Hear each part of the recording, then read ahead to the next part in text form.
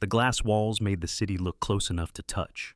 52 stories up Manhattan stretched in every direction, a grid of steel and light pressed against the windows of Helix Dynamics.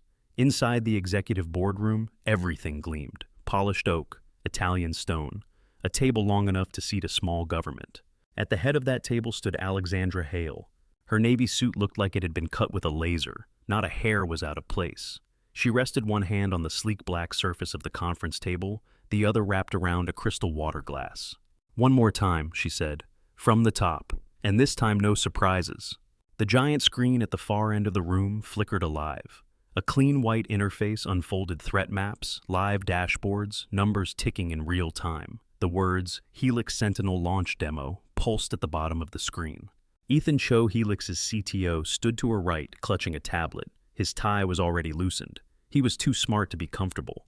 "Real-time intrusion detection active," he narrated, voice thin in the overcooled air. "Predictive engine live. We are simulating a coordinated attack across 4 continents. Sentinel will identify, isolate, counter, and report." Around the table, investors and senior staff watched, some taking notes, some trying not to look nervous. It was only a rehearsal, a final run before the real performance at noon. In 4 hours, the room would be packed with people whose signatures were worth billions. The lights dimmed slightly, the screen filled with cascading code and moving graphs. Then everything froze. For half a second, no one moved. The cursor stopped blinking. The graphs stopped shifting. The map of the world turned a flat, lifeless gray. Ethan tapped his tablet. Nothing. A line of red text crawled across the giant screen, fast, ugly, relentless. Then another. Then 50 more, stacking on top of one another, like a river of blood. "That is not part of the demo," someone muttered. Alex slowly set the glass down. It clicked against the table too loud in the sudden quiet. "Ethan," she said. He was already swiping at the tablet, fingers frantic.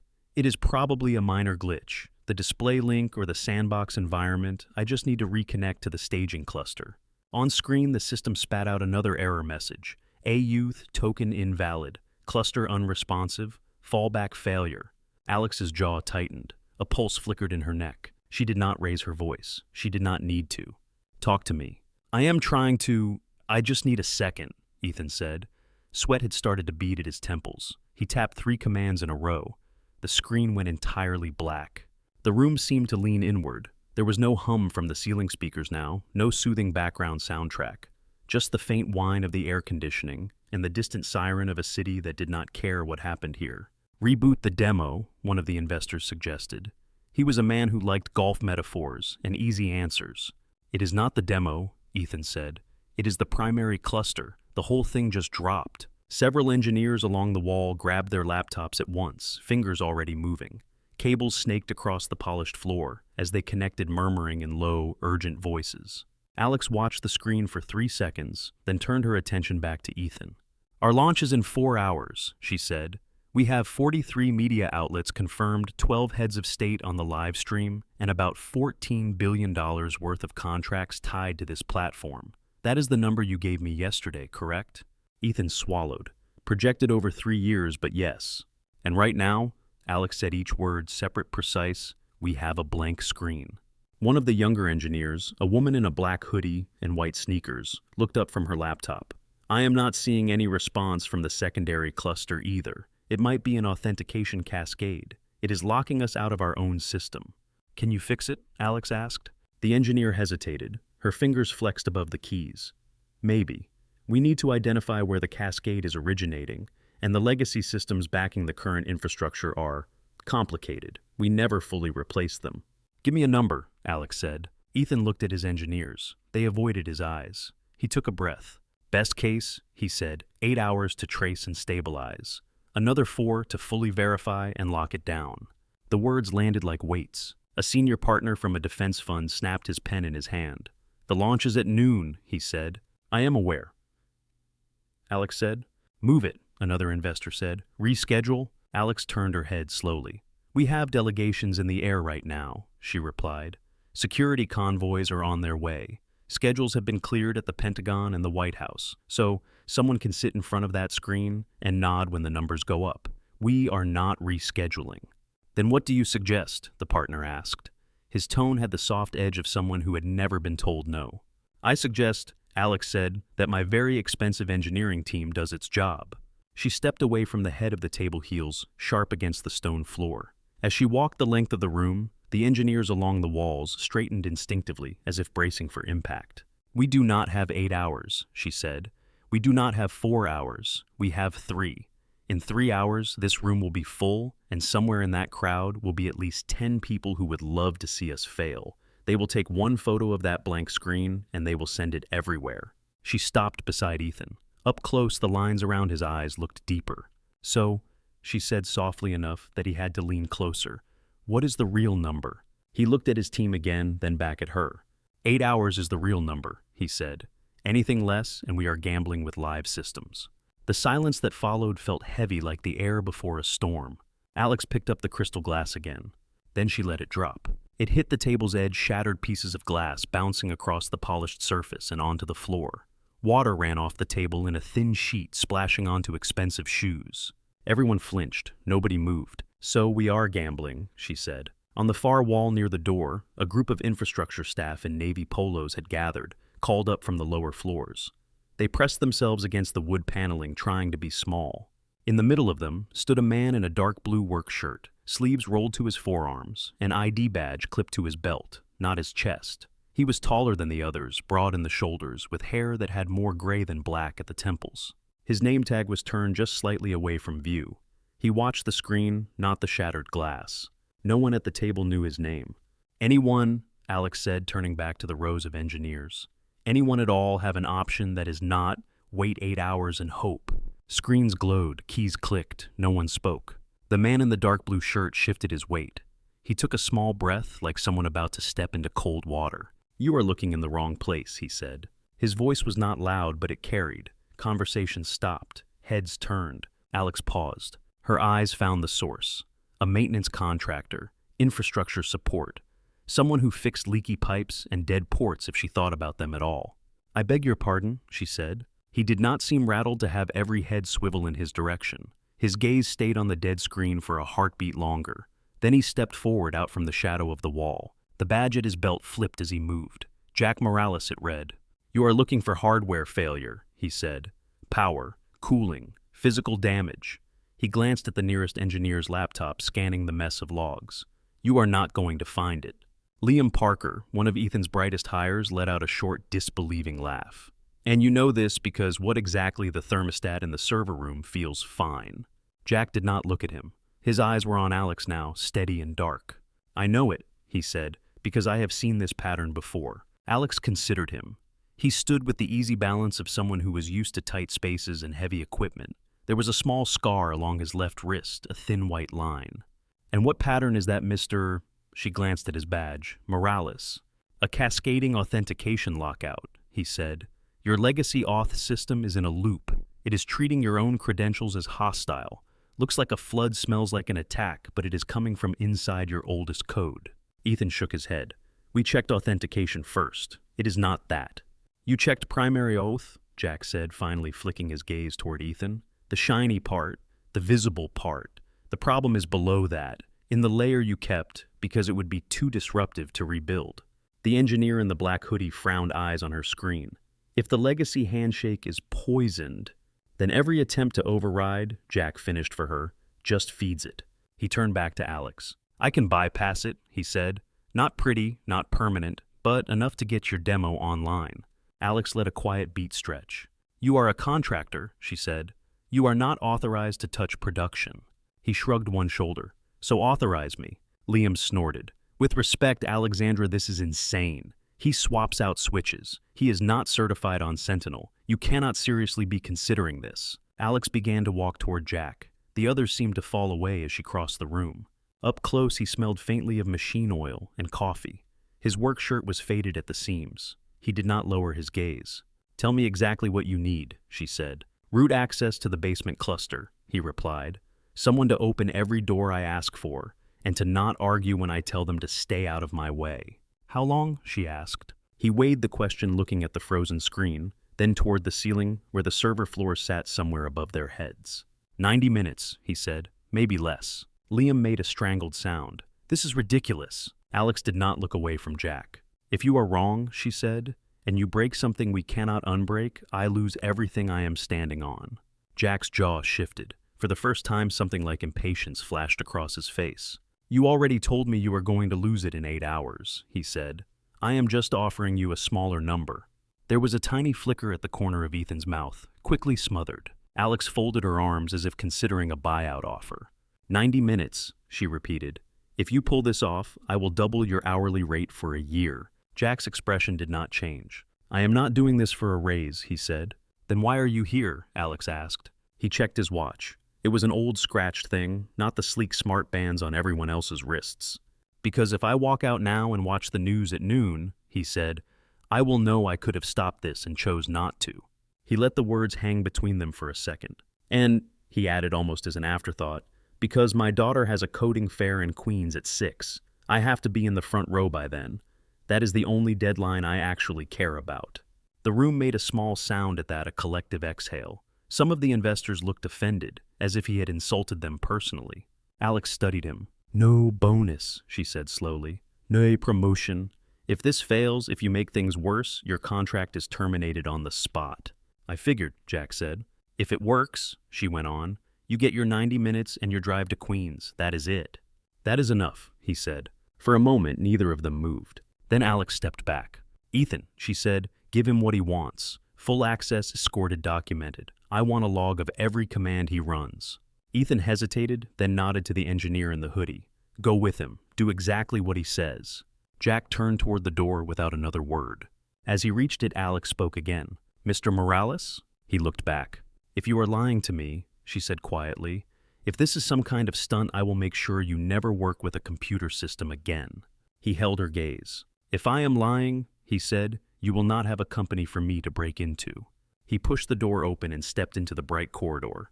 The glass walls of the boardroom reflected his retreating shape for a moment, a dark outline against the city. Then he was gone, swallowed by the hallway and the elevator that would take him down into the hot, humming floors where the heart of Helix had gone dead. The elevator hummed as it dropped. Jack watched the numbers over the door count down, felt the faint shift in his weight with each floor. Somewhere above his head, glass and stone and money pressed against the sky. Down here it would be concrete cable trays, metal doors with sticky locks. The engineer in the black hoodie stood beside him, clutching her laptop like a shield. Priya, right? He asked. She glanced up, surprised he remembered. Yeah. You been on the legacy side of this thing before? Her mouth twisted. We were told not to touch it unless we had 6 months and a legal waiver. The elevator stopped. The doors slid open onto a narrower corridor, the air instantly warmer, denser. A humming undertone throbbed in the walls. Jack stepped out. A security guard waited by a locked steel door at the end of the hall, badge already in hand. He looked like he only ever saw executives when they took the wrong elevator. Mr. Morales, the guard said. Orders from up top. You get access to everything you ask for. I check IDs and stay out of your way. Appreciated, Jack said. The guard badged them through. Heat rolled over them as the door opened. It was like stepping into a server closet and a sauna at the same time. The main server room stretched out in front of them, in long white rows. Racks towered to the ceiling filled with blinking lights that were much too still. The usual low roar was wrong, not silent exactly, just off. Fans whined at the wrong pitch. Air handlers pushed hot air instead of cool. Priya swore under her breath. Sweat broke on her forehead almost instantly. Welcome to 96 degrees and no airflow, Jack said. He felt the sweat bead on his own skin, but his body relaxed. This he understood. Hot, loud, critical, machines throwing tantrums.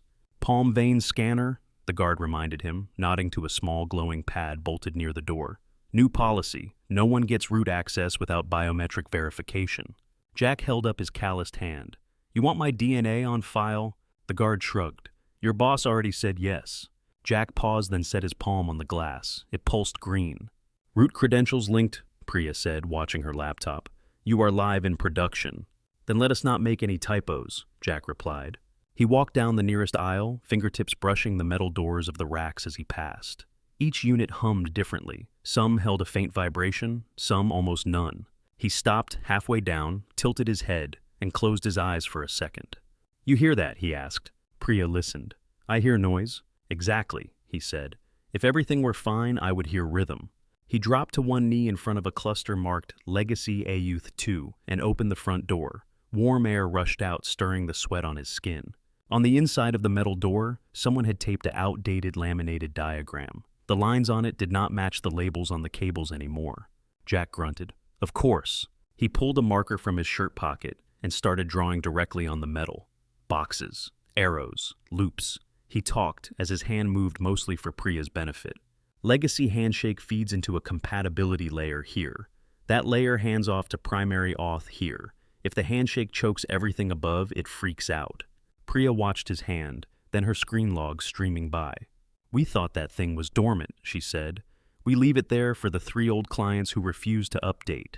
Old code never sleeps, Jack said. It just gets bored and weird. She actually smiled at that. Lines of red text chased each other down her screen. A youth failure. Token rejected. Retry, retry, retry. See here, Jack pointed. It keeps trying to fix itself by reissuing bad tokens, like a drunk friend texting their ex. Priya blinked. That is exactly what it looks like. We are going to build it a detour, Jack said. You are going to help. Upstairs in the security control room, a bank of monitors showed the same rows of racks from a dozen angles. One screen showed Jack and Priya in a tiny wide shot, 2 figures in a bright white forest. Alex stood with her arms folded, the room cool around her eyes, fixed on that frame.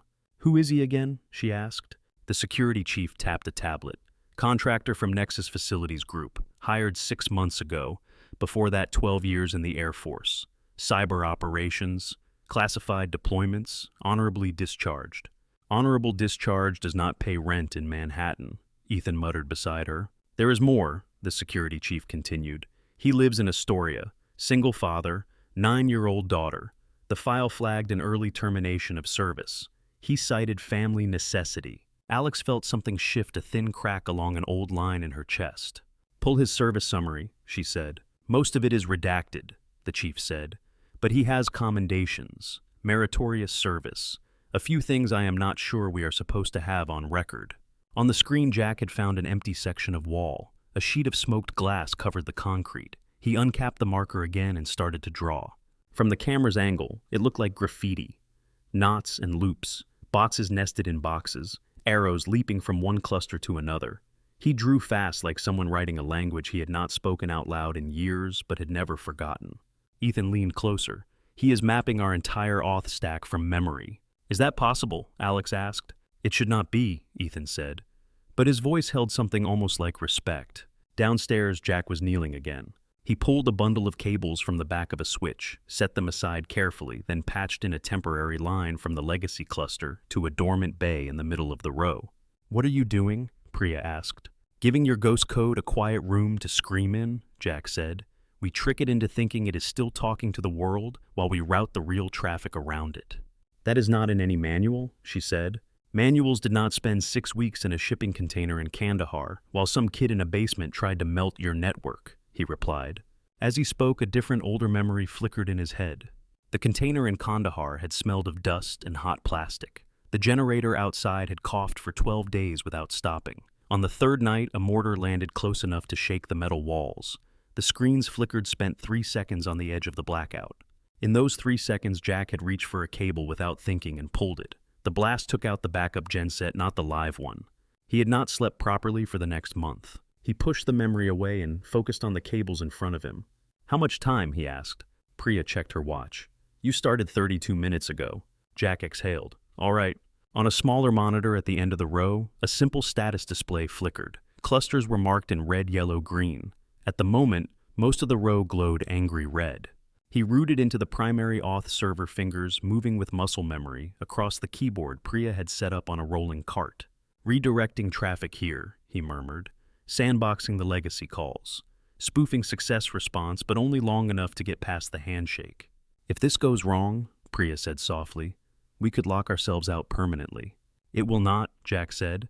He did not add what sat behind that. It cannot. Upstairs, Liam Parker was having a different kind of crisis. He stood in a cramped electrical room 1 floor above the server farm. The room smelled of dust and old coffee. A wall of breakers loomed beside him, each labeled in faded tape. His laptop sat open on a crate, a script window, blinking cursor waiting. On the screen, a message from an unknown number glared at him. If his patch destabilizes anything, pull the plug. We call it a protective shutdown. We blame the contractor. The team walks. His stomach twisted. He had not answered the message, but he also had not deleted it. He stared at the breaker labeled Legacy AUX. His hand drifted toward it. The door creaked. Liam jerked, nearly dropping his laptop. Jack stood in the doorway, one hand on the frame. His hair was damp with sweat. His work shirt clung to his shoulders. "You are not on environmental support," Jack said quietly. "What are you doing here?" Liam flushed. "I am verifying power stability. We cannot risk a drop in the middle of an unauthorized experiment." "Sure," Jack said. His gaze flicked to the laptop to the breaker his hand was near.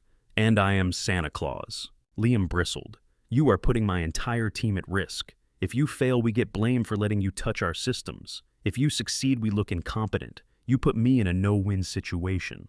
Jack stepped into the room and closed the door gently behind him. "You know who taught me about no-win situations?" he asked. "Generals who sat 3,000 miles away from the sand. They liked those words too." "This is not the military," Liam said. "Feels familiar," Jack replied. "Someone upstairs pulling strings, someone downstairs expected to take the fall." Liam looked away. Jack walked to the breaker panel and rested 2 fingers on the metal case, feeling the vibration. His voice stayed low. "If you pull that breaker, you risk corrupting live data. You could fry clients, not just our test. They will not just fire me, they will sue you. They will put your name on the paperwork and sleep just fine." Liam's throat worked. "You do not know that." Jack looked at him, really looked. "You are 26, he said. "Stanford, fast track. You think you are important to them. Maybe one day you will be. Today you are an easy name on a termination letter." Liam's hand fell away from the breaker. "So what, I just let you make us all look like idiots," he muttered. "Or," Jack said, "you walk back into that boardroom and you say, 'We misdiagnosed the problem, but someone else saw it and we fixed it together.'" "That is not how this place works," Liam said. "It could be," Jack replied. "Starting today?" For a moment, Liam did not answer. Then he snapped his laptop shut. "If this blows up," he said, "you never saw me here." "If this blows up," Jack said, "I will not be around to tell anyone." Liam snorted despite himself and brushed past him into the hall. Jack stayed in the electrical room for 3 long breaths, listening to his own pulse in his ears, then went back to the heat. The server room felt even hotter now. His shirt was soaked, his hands were steady. On the status monitor, a few of the red blocks had shifted to yellow. One had flickered green, then dropped back. "Partial route is holding," Priya said, "but the main cluster is still rejecting tokens." "Because one poison path is still live," Jack said. He closed his eyes for a moment, tracing the diagram he had drawn in his mind. Legacy auth, compatibility layer, primary, the detour he had created. There, a secondary handshake process that had been quietly running for years, only activating under heavy load. No one touched it because no one remembered it was there. He went straight to the rack that pulled the panel, found the cable labeled with a name that meant nothing now and everything in this moment. He rerouted it through the clean channel he had built. The monitor flickered. One red block turned yellow. Another went green. Then another. The sound of the room changed. The whine of the fans shifted to something more balanced, like a chorus that had finally found its pitch. "Cluster responding," Priya said, staring at her screen. "Main auth online, legacy isolated, Sentinel is booting." In the boardroom, the giant screen blinked once, twice, then the Helix Sentinel interface returned. Graphs rolled back into motion. Attack simulations resumed. The world map lit with pulsing points. Someone shouted a sharp, wordless sound of relief. The room filled with the scrape of chairs, the flurry of phones being raised. Engineers hugged each other. One of the investors actually clapped Ethan on the back so hard he almost dropped his tablet. "We are live," Ethan breathed. "We are actually live." Alex did not smile, not yet. She watched the monitor that showed the server room. Jack stood there watching the same status blocks goes green, his shoulders dropping a fraction as the tension left them. He wiped his forearm across his forehead, leaving a dark streak of sweat. He checked his watch. Priya turned to him, eyes bright. "You just saved our asses," she said. "Good," he replied. "Means I can go." "That is it?" she asked. "You are just going to leave." 90 minutes, he said. "Deal is a deal." He unplugged the temporary keyboard, coiled the spare cable he had used, placing it neatly on top of the rack instead of letting it dangle. His marker left a smudge of black ink on his fingers. As he walked out, he paused for a heartbeat in front of the diagram he had drawn on the glass wall. Lines and arrows and loops. It looked like a tangle at first glance, a mess. Then if you knew how to read it, it was a path. He capped the marker and put it back in his pocket. Upstairs in the boardroom, the Helix logo shone on the screen, bright and alive. Staff moved with renewed purpose, resetting chairs, adjusting microphones, preparing for the arrival of cameras and convoyed guests. Near the back wall, unnoticed, a monitor showed a split view of the building's lower levels. In one pane, Jack walked through a service corridor, nodding to the guard as he handed back a temporary badge. In another, a security camera caught him cutting through the underground garage crossing, in front of the sleek black sedans reserved for visiting dignitaries. He went to a dented blue pickup with a Queen's parking sticker on the windshield, tossed his tool bag into the passenger seat, climbed in. Alex watched as the truck reversed out of the space and headed toward the exit ramp. The screen switched feeds. By the time the first guests arrived at Helix, Jack was merging into late morning traffic, the city sliding past in strips of gray and yellow. He made it to Queens before rush hour thickened. The sun was lower now, the light on the brick buildings softer. The school sat on a corner chain-link fence, rattling as kids spilled out in little bursts. Jack parked half a block away. His muscles ached in the slow, familiar way they did after field repairs. He checked the dashboard clock. 5:47. He stepped onto the sidewalk. Mia was waiting just past the gate, backpack on hair pulled into a high ponytail that was already a little crooked. When she saw him, her whole face lit. "Dad," she yelled, as if he might not see her. "You came!" She ran, sneakers slapping against the pavement, and launched herself into his arms. He caught her easily, lifting her in a circle. Her laughter brushed his ear. "I promised, did I not?" he said. "You always promise," she said, breathless. "Does not mean you always can." "Look around," he replied. "I am here." She leaned back in his arms, hands on his shoulders, searching his face as if checking for lies. "Front row," she asked. He smiled, the kind of smile that never made it to his ID badge photo. "Front row," he said. She grinned and wriggled down. Her hand found his small and warm fingers, sticky with whatever snack they had given them that afternoon. "Come on," she said, tugging him toward the entrance. "They are starting the demos, and I have to show you my app before anyone else." He let her pull him along, the sweat on his back cooling in the hallway's conditioned air, the roar of servers replaced by the squeak of gym shoes and the murmur of parents. Behind them, the city kept humming circuits, reconnected systems back online, a crisis upstairs already being polished into a story for the press. Down here, in a multi-purpose room that smelled like crayons and floor cleaner, Jack Morales took his seat in the front row and leaned forward as his daughter stepped up to a table with a laptop and a hand-drawn sign that read, "Friend Finder for kids who eat lunch alone." The launch went perfectly. At least that was what everyone kept saying. The Sentinel demo ran clean. The graphs swooped and dipped in all the right places. The simulated attacks were detected, contained, neutralized. There was applause at all the moments the media team had predicted. The visiting officials nodded, took notes, shook hands. In the boardroom, the shattered glass had been swept away. Fresh water had been poured. A new crystal set had appeared, as if the last one had never existed. Alex stood under lights and cameras, saying the words she had rehearsed, phrases about next-generation security and proactive defense, about Helix's commitment to safeguarding critical infrastructure. She did not mention the 90 minutes when everything had been one bad decision from falling apart. After the last delegation left and the final camera crew rolled its cases out, the building grew quieter.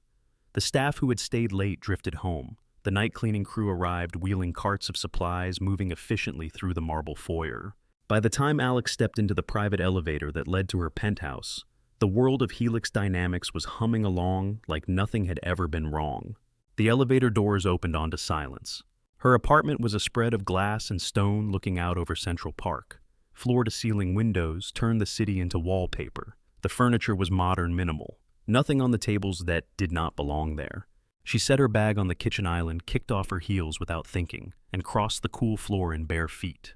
The living room lights brightened automatically as she moved. The system asked if she wanted music. She ignored it and went straight to the bathroom. The mirror over the sink snapped on, throwing her reflection back at her. She looked like a photograph of herself. The navy suit still sharp, the white blouse, pristine makeup intact. There were faint shadows under her eyes if she leaned close enough. Her gaze shifted to the corner of the mirror. There, tucked under the glass in the bottom edge, a piece of paper had sat for years. The edges were softened now, corners curling. The ink had thinned, but the words were still clear. "Love makes you weak." Her mother had written it in looping black letters on expensive stationery. The The paper had been dry when Alex found it propped against an empty glass on the edge of a bathtub full of water, gone lukewarm. She had been 18. She reached up now and ran her finger along the edge of the note, feeling the slight lift where the tape had begun to give out. The sentence stared back at her. It had stared back every morning when she put on her face for the world, every night when she took it off. She had never removed it. She had told herself it was a reminder. She studied her own eyes in the mirror, blue like her father's, sharp, harder than her mother's had ever been. For a moment, she saw something else overlaid there, a different face streaked with sweat lit by harsh fluorescent light instead of designer fixtures. A man kneeling in a too-hot room, drawing on glass with a marker, talking about bored old code. Jack Morales' sweat-soaked work shirt, ink on his fingers, saying, "I am not doing this for a raise." She closed her eyes. The words on the mirror stayed with her anyway. The next morning, she was at Helix before most of the executive staff. Security nodded her through the lobby without needing ID. The guard at the private elevator pressed the button as soon as he saw her. It would have been easy to ride straight up to the 52nd floor, to step into the world of wood paneling and catered coffee and controlled climate. Instead, she pressed another button. The elevator stopped 15 floors below her usual destination. When the doors slid open, cooler marble gave way to industrial carpet and beige walls. The air smelled different down here. Less perfume, more dust, and aging electronics. Alex stepped out. She walked down a corridor she had only seen in floor plans. It was lined with unremarkable doors, most of them propped open. She passed a copy room, a cramped office full of metal filing cabinets, a break closet with a refrigerator that hummed too loudly. Near the end of the hall, an elevator shaft access panel was open. A maintenance cart sat next to it, stocked with tools and replacement parts. Jack was there. He was on one knee in front of the open panel flashlight clenched between his teeth. His hands worked inside the wall, fingers moving with the same economy she had seen in the server room footage.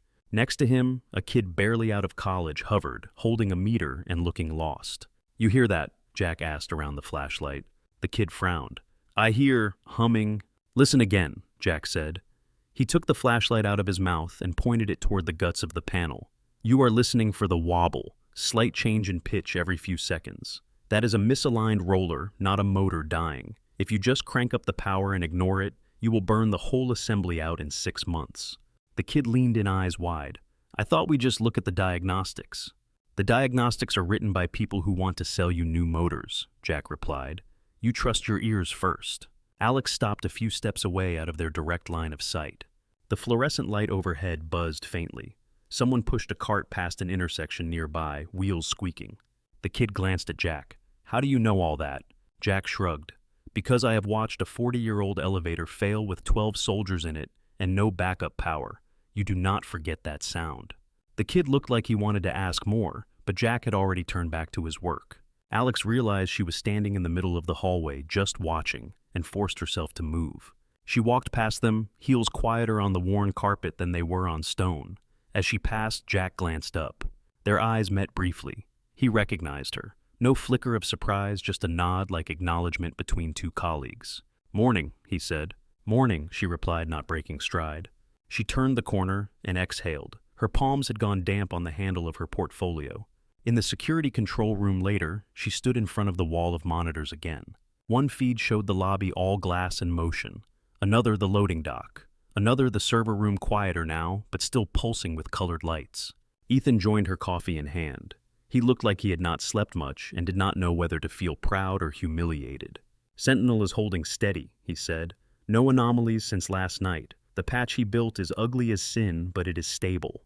Alex kept her eyes on the monitor showing the server floor. "Have you documented it?" "As much as we can," Ethan said. Priya wrote down everything she could remember. "It does not look like anything I would have signed off on, but it works." She nodded. "How is your ego?" she asked. He huffed a laugh. "Sore, also grateful. Both can be true." Her gaze drifted to another monitor, one that showed a corridor in the mid-floors. The panel she had walked by earlier now closed. The kid Jack had been teaching wheeled the cart away. "Who authorized the biometric link for a contractor?" she asked almost idly. "You did," Ethan said. "You told me to give him whatever he wanted." "Right," she said. She stood there a moment longer, then left the control room without another word. Around midday, she found herself in an area of the building she had never had reason to visit. The sign on the wall read, "Facilities and Maintenance." The hallway here smelled faintly of coffee and detergent. A narrow window at the far end showed a slice of the alley and the backs of other buildings. There was a metal door propped open with a toolbox. Voices drifted out. Laughter. The clunk of a microwave door. She paused at the threshold. Inside, a few people in work shirts like Jack's sat at a battered table. Someone had taped a faded schedule to the wall, surrounded by a collage of safety posters and a calendar with a beach on it. The room's refrigerator was covered in magnets and notes. One in thick marker said, "Label your food or lose it." Jack sat in the corner away from the table, a thick manual open in front of him and a foil-wrapped sandwich in his hand. He saw her almost immediately. The conversations at the table died mid-sentence. Forks froze halfway to mouths. Someone muttered something that might have been a curse. Alex realized they were all waiting for her to say why she was there, to announce some new policy or lay down a rule or demand an explanation for something that had gone wrong. She cleared her throat. "Is this a bad time?" she asked. No one answered. They just stared. Jack spoke. "Break room is for everyone," he said. "Grab a chair." She turned toward him. "Is this seat taken?" she asked, nodding at the empty chair across from him. He lifted one shoulder. "It is not my chair." She stepped around the table. The others scrambled to make space. She sat setting her phone screen down on the table instead of in her hand. Up close, she could see the small grease smudges on his fingers, the ink stain near his knuckle from the marker he had used downstairs. "Ms. Hale," one of the other maintenance workers began, "if this is about the server room, we were just following orders. Jack was the one who went in there, and we are all very glad he did. But if there is an issue, we would appreciate if you talk to him directly." "I am not here to yell at anyone," she said. That seemed to confuse them more than if she had started shouting. She looked at Jack. "I came to apologize," she said. The room held its breath. "For what?" Jack asked. "For the way I handled things in the boardroom," she said. "The way I turned your work into a spectacle. I was frustrated. I wanted control of a situation I did not have control over." Her hands were folded on the table. She kept her fingers still. "It was demeaning," she said. "I am aware of that. You deserved better." Jack watched her for a long moment. The others shifted clearly, unsure if they should leave or stay. No one moved. "Apology accepted," he said. That was it. No speech, no deflection, no easy joke to make it all less sharp. She nodded once. "Thank you." Silence settled again. Not as taut as before, but still cautious. Alex searched for a neutral topic and came up empty. She did not know how to make small talk with the people who kept her building from falling apart. She knew how to negotiate mergers, not how to ask about someone's day without sounding like she was preparing for a performance review. "You have been at Helix 6 months, she said finally. "Why did I not know your name before yesterday?" He smiled slightly. "You do not take the service elevators." She accepted that. "You are Air Force," she said. "Cyber operations." "That is what the paperwork says," he answered. "Why did you leave?" she asked. He considered her as if weighing how much to give. "Family necessity," he said. "That is what the paperwork says." She almost smiled. "That is not an answer," she said. "It is the one that fits on a line," he replied. Her phone buzzed where it lay on the table. She ignored it. "You mentioned your daughter," she said. "Yesterday. Queens. Coding fair." His face shifted at that in a way that had nothing to do with her. The hardness softened around the edges. "Mia," he said. "She is 9. Smarter than me, which is inconvenient." "How did it go?" Alex asked. He sat back, sandwich forgotten in his hand. "She built an app," he said. "Friend Finder, for kids who sit alone at lunch. You put in what you like and it matches you with someone else at your school who likes the same weird stuff." Alex pictured a cafeteria. Tables grouped by invisible rules noise and fluorescent light. A girl sitting alone with her tray pretending not to care. "That is specific," she said. Jack nodded. "She is that kid half the time. Does not know what to do with people her own age. Figured if she could write code to make it easier, she should." "Did she win?" Alex asked. "Second place," he said. She was furious. Said the judging rubric was flawed. Then she went home and started rewriting half the app. There was an affection in his voice that warmed every syllable. The room seemed to tilt slightly around it. "She sounds determined," Alex said. "She is," Jack agreed. "Gets that from her mother, the good parts." He said it without bitterness, but something passed across his eyes. A shadow gone as quickly as it had appeared. Before Alex could decide whether to touch that, the microwave beeped. One of the workers sprang up, grateful for the distraction. "Well," Alex said, standing, "I will not take up more of your break." No one quite knew how to respond. They muttered something like thanks, or ma'am, or simply nodded. As she reached the doorway, Jack called after her. Ms. Hale, he said. She turned. For what it is worth, he said. Nobody in that room yesterday thought you were weak. The old sentence from her bathroom mirror flickered in her mind unwanted.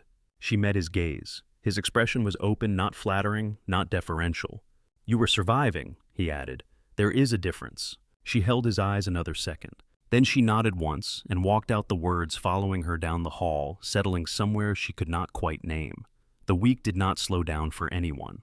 Media follow-ups, investor calls, a security briefing with a Defense Department liaison who spoke in acronyms that even Ethan had to decode. Alex moved from room to room, floor to floor, her schedule sliced into 15-minute blocks by an assistant who texted her reminders 2 minutes before each meeting. Between one call and the next, she found herself staring at her inbox instead of answering it. A subject line near the bottom caught her eye. Internal Employee Family Highlights, March. She almost never opened the HR newsletter. It was full of birthdays and photos from company picnics she did not attend. She clicked it now. The email loaded with bright graphics and smiling faces. A customer support rep's son in a soccer uniform. A finance analyst's twins dressed as astronauts for some school event. Near the end, there was a photo that made her pause. A girl stood behind a folding table in a school gym. Brown hair in a messy ponytail, hands braced on either side of a laptop. On the cardboard sign taped to the front of the table, someone had printed in bold, careful letters, "Friend Finder for kids who eat lunch alone." Underneath, in smaller text, the caption read, "Mia Morales, daughter of Helix contractor Jack Morales, takes second place at the PS 123 Queens Coding Fair."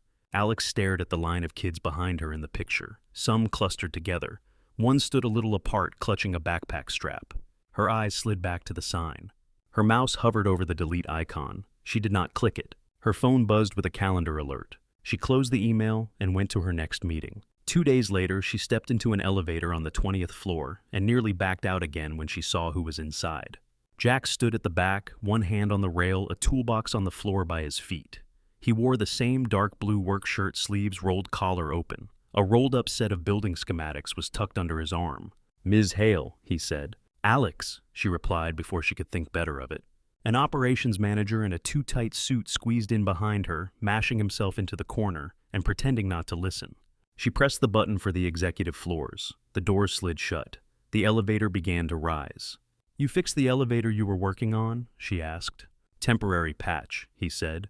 "The rollers need replacing. We will schedule a full repair when no one is in a rush to get anywhere, which I realize might be never." She almost smiled. The manager coughed into his hand, eyes flicking between them. "I saw the internal newsletter," Alex said. "Your daughter, the coding fair." "Proud dad section," Jack said. "HR loves those. They made me send the photo in." "Friend Finder," she said. "For kids who eat lunch alone." He nodded. "That is very specific," she added. "She does not do vague," he said. "If something hurts, she writes a program for it." The elevator hummed. The manager stared very hard at the floor numbers. "When I was in school," Alex said slowly, "I used to eat in the library so no one could see that I was eating alone." Jack looked at her, really looked, and she regretted the words for a moment. They hung in the air between them, bare and younger than she wanted to be. "That tracks," he said softly. "The reading part, anyway." The elevator stopped on a mid-level floor. The operations manager hurried out as if relieved to escape the confines of this odd conversation. The doors closed again. "You live in Queens," Alex said. "Astoria," he replied. "Third floor walk up. Beautiful view of my neighbor's satellite dish." "Sounds charming," she said. "It is loud, smells like grilled meat in the summer, and the hot water has opinions," he said. "Also, it is the only place that ever felt like home, so we are staying." The elevator ticked past floor 30. "Do you have plans tonight?" he asked. She glanced at him. "I'm sorry," she said. "Not like that," he said. "I mean, maybe exactly like that if we were different people, but we are not, so I'm going to rephrase." Her eyebrows lifted. "Every Friday," he said, "Mia and I go to a pizza place on our block, Maria's. They have checkered tablecloths, the same summer hits from 1984 playing on a loop, and a health inspection grade that just barely passes.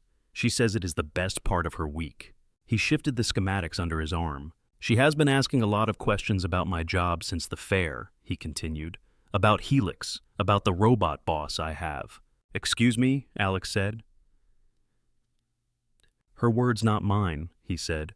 "I told her my boss is very human. She did not believe me." The elevator reached the top of its shaft doors, opening onto polished stone and soft lighting. Jack did not step out. "I was going to say you should stop by," he said, "sometime, to prove I do not in fact report to an AI." Alex imagined it for a moment. Her in this suit in that kind of restaurant. The contrast was almost comical. "Tough crowd," she said. "You have no idea," he replied. "She is 9. She interrogates like a grand jury." The hallway to the boardroom lay open behind her. Her assistant was probably already checking the time. "I do not own jeans," Alex said. "That seems like a solvable problem," Jack said. He picked up his toolbox. "Maria's," he said. 31st Avenue, Astoria, 7 o'clock. We sit in the back booth under the neon beer sign that flickers." He stepped past her into the executive corridor boots, leaving faint prints on the immaculate floor. "Consider it a field inspection," he added over his shoulder. "See how your contractor spends company morale." He disappeared around the corner. She stood there a moment longer, the elevator doors trying to close behind her, until the sensor caught her shoulder and beeped. That evening, she stood in front of her open closet and realized she was in more trouble than she had admitted. Row after row of suits, dresses in black navy charcoal, white shirts, silk blouses. One cashmere sweater in dark gray she wore only on flights. Nothing that belonged in a neighborhood pizzeria with a flickering neon sign. An hour later, she stood in a changing room of a department store she had not visited in years, staring at herself in jeans that actually fit. They felt strange. Less armor, more skin. The saleswoman had talked her into a soft white t-shirt and a leather jacket that cost less than her usual blazers, but still made the woman raise an approving eyebrow. "You look like yourself," the woman had said. Alex did not know what that meant, but she bought them anyway. The cab ride to Astoria took longer than she expected. Friday night traffic turned the bridge into a slow crawl. The skyline slid past all glitter and glass, then shrank in the rear window as low brick buildings took its place. The driver dropped her on a corner where the sidewalk sloped slightly and the streetlight flickered. The air smelled like garlic car exhaust and something fried. Maria's Pizzeria sat halfway down the block. The front window was crowded with hand-lettered signs. 2 slices and a soda. Cash preferred. We reserve the right to refuse terrible music requests. A neon sign that once spelled out Maria's Pizza flickered between Maria's and Marie. Inside, the walls were covered in framed photos of sports teams and celebrity lookalikes. Red and white checkered cloths covered the tables. A small TV in the corner played a baseball game with the sound off. Jack sat in a booth near the back, exactly where he said he would be. He wore a clean dark shirt and jeans that had seen better days. Across from him sat a girl with the same dark hair pulled into a ponytail, feet not quite touching the floor. Her sneakers swung in rhythm against the bench. Mia turned first. Her eyes went wide. Then she grinned. "Dad," she stage whispered, "the robot boss is here." Jack looked up, and something unguarded flickered across his face before he smoothed it away. "You made it," he said. "Traffic," she said. "And I had to buy pants." Mia looked at her over the table, taking in the jacket, the shirt, the new jeans. "You look normal," Mia announced. "I thought you would be shiny." Alex laughed before she could stop herself. "Disappointed?" she asked. "A little," Mia said. "But it is okay. Sit." Alex slid into the booth beside Jack. The vinyl seat made a small squeak. Up close, Mia had Jack's eyes, but they were greener, more curious. A faint ink smudge marked the side of her hand.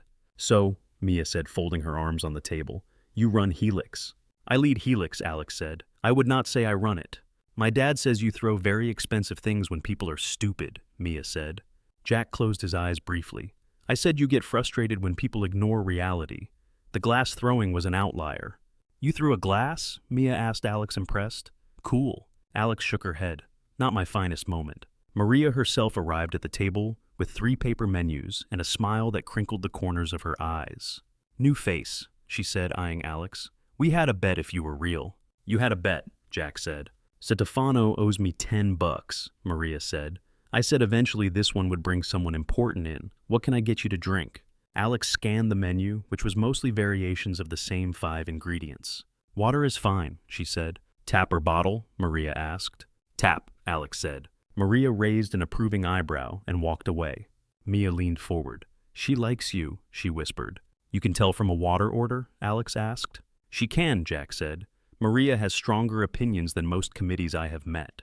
The pizza arrived hot and fragrant cheese, bubbling edges crisp. Mia picked up a slice and took a bite large enough to be a safety hazard. Cheese stretched in a long string. She slurped it up, then wiped her mouth with the back of her hand. Napkins, Jack reminded her. She grabbed one and wiped again less effectively. So, Mia said after a few seconds of intense chewing, you saw my app. The newsletter, Alex said. Yes. Mia brightened. Did you like it? I liked the idea very much, Alex said. The execution I cannot judge without a demo. Mia nearly bounced in her seat. I can show you. I have it on my phone. Jack cleared his throat. Chew first, demo later. Mia rolled her eyes, but took another more reasonable bite. Alex picked up her own slice. The grease slicked her fingers warm and salty. It was messier than the food she usually ate, and better than she expected. So, Alex said after swallowing, for kids who eat lunch alone. Mia nodded. I saw a boy at school, she said. He always sits at the end of the table with his tray and no one sits near him. People are not mean, they just act like he is invisible. I do not like that. Her voice had shifted. The childish lilt fell away. I do not like it either, Alex said. Were you that kid? Mia asked. Jack started to protest, but Alex held up a hand. Yes, she said. Sometimes. Mia studied her, as if trying to imagine the woman in the leather jacket and clean jeans as a girl alone with her lunch. Did you wish you had an app? Mia asked. I wished I had a map, Alex said. Something that told me where the safe tables were. People you could sit with who would not make you feel like you were intruding. That is version 2, Mia said thoughtfully. Safe zones. I could add that. Jack looked between them, a small smile tugging at the corner of his mouth. At the fair, he said to Alex. She kept looking over the crowd before they announced the winners. I was looking for him, Mia said. They called the third place, then they called my name, and I did not see him yet. My stomach felt gross. She wrinkled her nose at the memory. But then he ran in the door like this. She puffed, flailing her arms for effect. And he sat in the front row, so I could see him when they gave me the certificate. Front row, Alex repeated. That is our deal, Mia said. He has to be there where I can see him, so if I get scared, I look up and know I am not by myself. Something lodged in Alex's throat. Do you ever miss? Alex asked Jack. He shook his head. Not once, he said. Mia nodded fiercely. I would fire him if he did. You cannot fire your dad, Alex said. Sure I can, Mia said. I make him sleep on the couch. Jack lifted his hands. And that is why I run from work to school like my life depends on it. They finished most of the pizza. The conversation drifted to smaller things. A math teacher Mia did not like. A leak in the ceiling near Jack's apartment that the landlord refused to fix properly. A bug Mia could not track down in a new version of Friend Finder. Alex found herself talking about things she never mentioned outside her own head. The time she rewrote an entire science project in one night because her father said it was not ambitious enough. The way the apartment had felt after her mother died, quiet and full of expensive objects no one touched. She did not say much, just enough for the shape of it to be visible. Mia listened as if every detail were a clue to a puzzle she was trying to solve. That sounds lonely, Mia said finally. It was, Alex said. Mia reached across the table and nudged a slice of crust toward her. You can sit at our table now, she said. There is always room.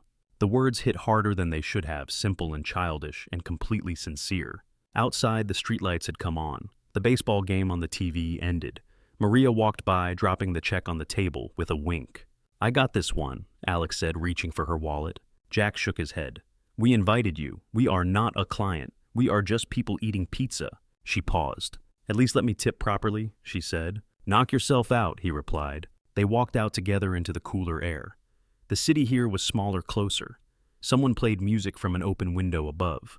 A dog barked somewhere down the block. Mia slipped her hand into Alex's without asking, as if it were the most natural thing. Are you coming back next Friday? Mia asked. Alex looked down at their joined hands, then at Jack. That depends, Alex said. Does your father think that is a terrible idea? Jack met her eyes. I think he said he is still doing the math. Mia swung their hands. I think you should, she declared. I have a lot more questions. Alex laughed softly. Then I had better buy another pair of jeans, she said. Richard Hale saw the photos before his daughter did. They arrived in an encrypted file that popped up on his screen just after 9 in the morning while he was watching 3 different markets move at once. He sat in his private office on the Upper East Side, a room paneled in dark wood and glass. The windows looked over the river. A painting his art advisor insisted was important hung on one wall. His desk was bare except for a laptop, a phone, and a cut crystal tumbler of water. He clicked the file. The first image was grainy shot through a restaurant window. Alex sat in a vinyl booth with a slice of pizza in her hand. She was laughing, head tipped back, slightly hair loose around her shoulders. The woman in the picture looked young, softer. Across from her sat a man in a faded dark shirt. Beside him, a girl with a ponytail and an animated face leaned over the table, fingers near a cardboard sign taped to the edge. The next photo caught Alex outside on the sidewalk. The girl had her hand wrapped around Alex's fingers as if she had always done that. The man walked on the other side looking at his daughter. In another, the three of them stood under the flickering neon light. The sign over their heads read, Maria S. Pizza, 1 letter out. Richard clicked again. There were more. Alex in jeans outside a brick apartment building in Queens.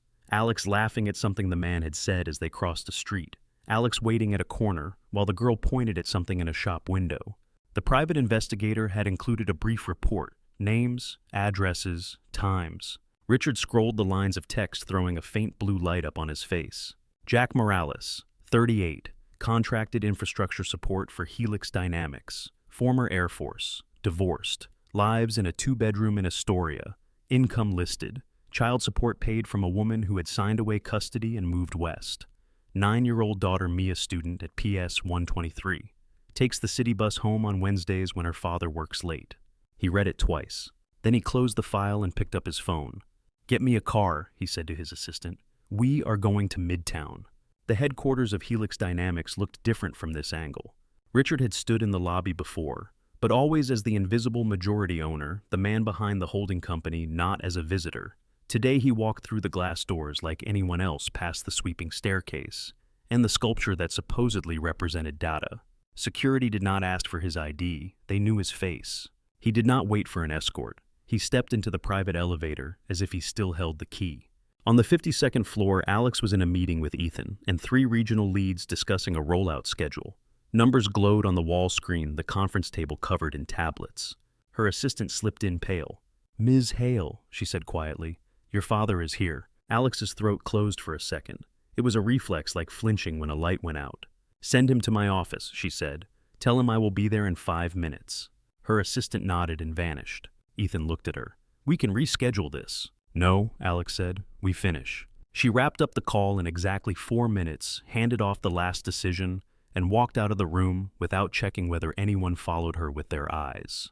Her office door was already open. Richard sat on the visitor side of her desk at ease as if he were the one who had called this meeting. His suit was charcoal, his tie exactly centered. His silver hair caught the light. He did not stand when she entered. Father, she said.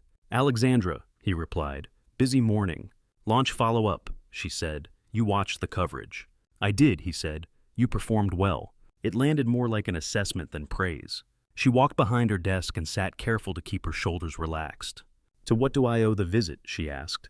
You are usually content to let your proxies deliver your opinions. He smiled at that faintly. I was in the neighborhood, he said. We both know that is not true, she replied. He studied her for a moment as if weighing how much to reveal. Then he reached into his jacket and set a manila envelope on her desk. Open it, he said. I am not 12, she said. You can say what you came to say. Open it, he repeated. Something in his tone took her back for a second. To a girl at a long table, in a house that never felt like home, opening envelopes that contained revised schedules, new schools, new expectations. She picked it up. Inside were glossy prints. Her fingers stilled. The top photo was the one from Maria's, her on the vinyl bench laughing, the girl between her and the man. The checkered cloth, the neon light. The next showed her outside with the girl holding her hand. Another caught her on a Queen sidewalk jacket, pushed back hair windblown. She slid the photos back into the envelope, carefully aligning the edges. You had me followed, she said. I had a concern, Richard said. I addressed it. A concern, she repeated. You are the face of a company that carries the security of half the civilized world on its shoulders, he said. Optics matter. Choices matter. He tapped the envelope. That man matters, he said, in ways he should not. She kept her voice steady. His name is Jack. He works here. He fixes things, Richard said. Wires, pipes, the machinery no one thinks about until it fails. His tone made it clear where he thought such work belonged in the order of things. And he has a daughter, Richard added, who seems very taken with you. Alex felt the muscles in her jaw tighten. Is this a formal complaint about my personal life? She asked. Should I have HR present? He ignored that. You remind me of your mother, he said suddenly. The air in the office shifted. The view behind him, the city blurred at the edges. "No," Alex said. "I do not." "You do when you look at him," Richard said. "I have seen that expression before." She stood up. "I will not discuss her with you," she said. "You were not there the night she told me," he went on as if she had not spoken. "She came into my study just like this, said she had met someone who made her feel real." Her hand flattened on the desktop. "Stop," she said. "She thought she could have both," he said. "This life and that one. The man in the big house and the man from the corner cafe. She walked around lit from the inside for months." He looked at Alex now, his eyes cool. "It did not end well," he said. "You know that part." "You broke her," Alex said. He tilted his head. "She was weak," he replied. "She let sentiment blind her to what she was built for." "She was a person," Alex said, "not a machine you designed." His gaze sharpened. "Careful." She took a breath, forced it out slow. "What do you want?" she asked. "I want you to end this," Richard said. "Whatever this is, these dinners in Queens, this fantasy." "Fantasy," she repeated. "You are Alexandra Hale," he said. "You do not eat pizza in plastic booths with men who bring toolboxes to work. You do not hold hands with children who live in buildings that fail code. You have never set foot in that neighborhood," she said. "I do not need to," he replied. "I have the file." He tapped the envelope again. "Jack Morales," he said. 38, modest income, no savings to speak of, Army pension barely worth mentioning, lives in a rental that could vanish with one notice. His entire life fits in the back of that truck he drives. "That is not your concern," she said. "It is when you attach your name to it," he replied. "When you attach your reputation to it." He leaned forward slightly. "And then there is the girl," he said. Her stomach dropped. "Leave her out of this," she said. He looked almost bored. "I have no interest in harming a child," he said. "That is not how I operate." "Then why mention her?" she asked. "Because children live in systems," he said. "Schools, housing, insurance. Those systems can be influenced." He laced his fingers together. "Imagine," he said, "a review at her school. Concerns raised about stability at home, about whether a single father working inconsistent hours in a building with questionable safety is the best environment for a bright 9-year-old girl." Alex felt a cold sweat start along her spine. "You would not," she said. "I would never touch her," he said again. "I would never lay a hand on her. I am not a criminal." He let the word hang. "But I can have conversations," he said, "with a landlord, with an employer, with a principal." Her hand curled into a fist on the desk. "You are threatening him," she said. "I am protecting you," he replied. "You do not see it now, but you will." He stood up, adjusted his cuffs. "End it," he said. "This week. Whatever you think you are doing with him, stop. I do not want to see one more photograph. I do not want to hear his name in connection with you again." "And if I do not?" she asked. He looked at her as if the answer were obvious. "Then I will remove him from your surroundings," he said.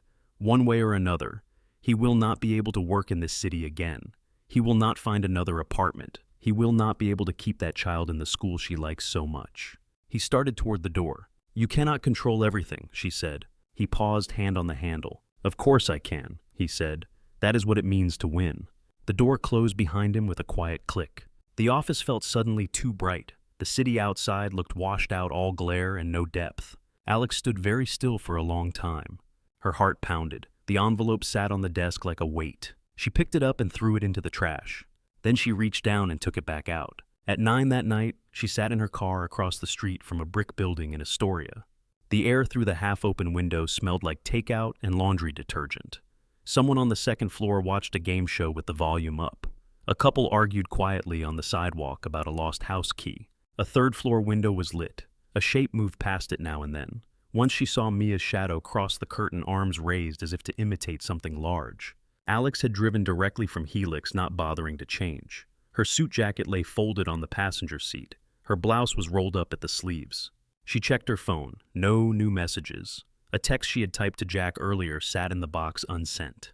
"We need to talk." She deleted it. She sat there 10 more minutes watching the doorway. Each time it opened and someone came out, her chest tightened, then eased when it was not him. Finally, she opened her door and stepped into the cool night air. The building's entrance smelled faintly of old paint and cooked onions. The buzzer panel was worn names handwritten on strips of paper behind plastic. She found Morales 3B and pressed. The intercom crackled. "Yeah," Jack's voice came through thinner, but still his. "It is Alex," she said. "I know it is late." There was a pause long enough for her to imagine he might not answer. Then the door buzzed open. The stairwell smelled like boiled cabbage and bleach. Alex took the stairs instead of the elevator. The light overhead buzzed, casting a yellow tint on the chipped paint. Her hand trailed along the cool metal rail as she climbed. On the third-floor landing, a thin carpet runner tried and failed to cover the uneven floor. The hall was narrow, lined with doors painted the same tired brown. Someone had taped a child's drawing beside one peephole. A cat watched her through the crack. Under another door, eyes reflecting green. 3B sat halfway down. The door was slightly scuffed around the handle. A set of small stickers had been arranged in a crooked line just above the peephole. Stars. One smiley face.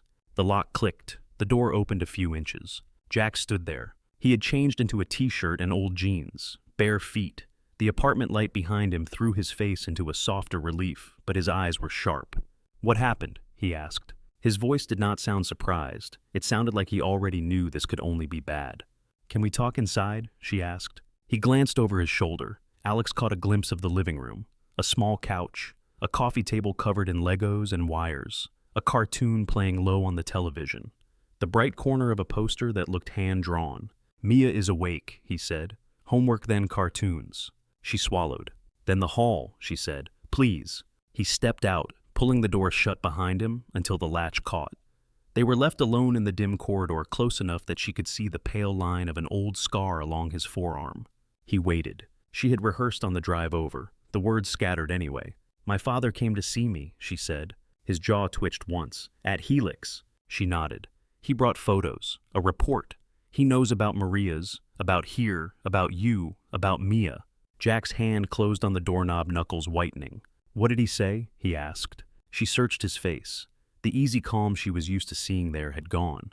Underneath it was something older, sharper. "He wants me to stay away from you," she said. "He thinks this is a distraction, a risk."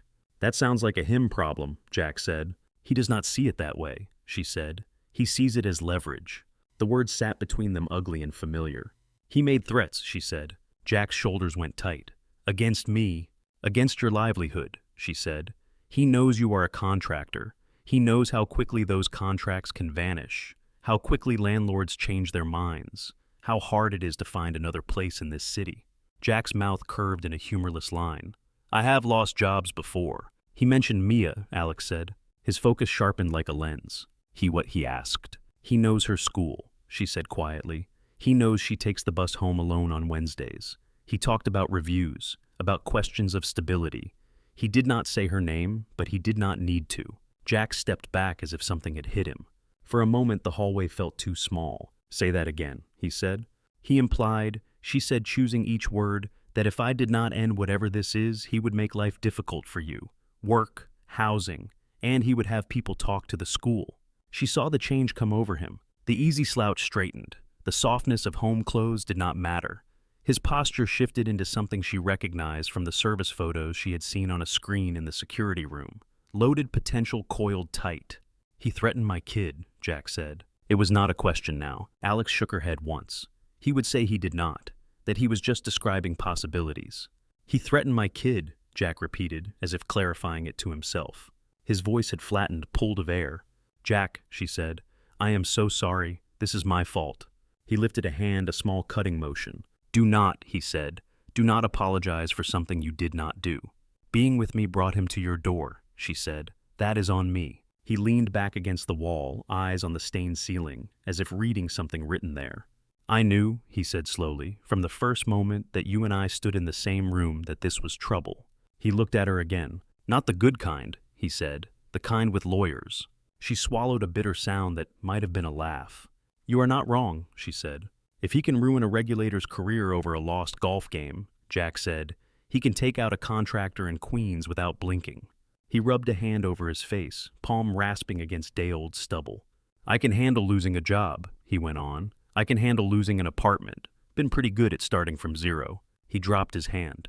"What I cannot handle," he said, "is some billionaire pointing a finger at my daughter and deciding she is a problem to be solved." A board creaked somewhere down the hall. The television inside the apartment went silent. Jack's gaze flicked to the door. "She is at the age where she understands too much and not enough," he said quietly. I do not want her hearing any of this through the door. Alex felt something twist in her chest. A memory of standing in a hallway outside her father's office, hearing muffled arguments, not catching all the words, but understanding enough to know everything was breaking. That is part of why I am here, she said. I did not want him showing up first. He will not, Jack said. He does not get the address. He does not get the kid. He was breathing faster, not quite enough for panic, but close. She stepped in, lowering her voice. I can talk to him, she said. I can push back. Jack laughed once short. You think he is going to listen? He said. To you. I am not a child anymore, she said. To him you are, Jack said. You could own every floor of Helix, and he would still think he built it with his bare hands. That does not mean I cannot take it apart, she said. Before he could answer, the door latch clicked. The door opened a crack. Mia peered out her ponytail askew, a stuffed robot clutched under one arm. The light from inside pooled at her feet in a warm square. Dad, she said, why are you yelling? I am not, Jack said automatically. Her eyes went to Alex. Why are you here?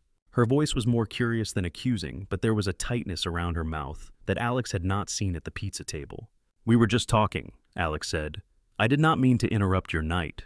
You look sad, Mia said bluntly. Both of you. Jack tried for a smile. It did not make it all the way to his eyes. Adult stuff, he said. Complicated. Like taxes? Mia asked. Exactly like taxes, Jack said. She frowned. Gross! Her fingers tightened on the stuffed robot. You are not going away, are you? She asked Alex. The question cut clean through the thin layer of composure Alex had been holding. I do not want to, she said. But are you? Mia asked. Behind her, the apartment smelled like tomato sauce and dish soap. A cartoon character's frozen face looked out from the muted television. When my mom left, Mia said, and the words came out in a rush now, as if a valve had opened. She said grown-up stuff was complicated, and then she said she would visit, and then she did not, and Dad cried when he thought I was sleeping.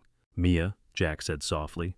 It is okay, she said, not looking at him. I am not a baby. She fixed her gaze on Alex again. Are you going to do that? She asked. Say it is complicated and then disappear. Alex's hand went to the doorframe to steady herself. She dropped into a crouch so they were closer to eye level, the hallway carpet pressed into her knees. I cannot promise there will not be complicated things, she said. There already are. Because of your dad? Maya asked. Jack sucked in a breath. Something like that, Alex said. So what do you do? Mia asked. When it is like that. Alex thought of a bathtub and a glass and a note in careful handwriting, of her father alone with his whiskey calling that love. I do not know yet, she said, which was the most honest thing she had said all day. But I am trying to figure out a way not to leave, because I do not want to, because I like being around you, both of you. Mia considered this. Dad says when something breaks, we fix it, she said. We do not throw it away. We do not give up. Her chin lifted a little as she said it, like she was quoting something important. Alex felt the words land like a small hand on her ribs. That is smart, she said. It is annoying sometimes, Mia said. He keeps fixing the truck instead of buying a new one. Jack muttered something under his breath.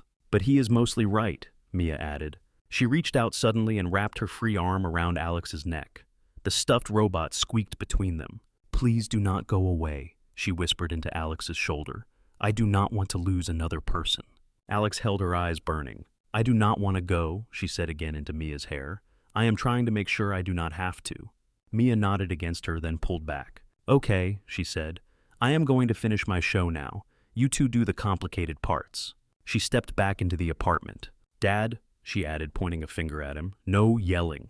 Yes, ma'am, Jack said. She closed the door almost all the way, leaving it hooked on the chain, a sliver of warm light spilling into the hall.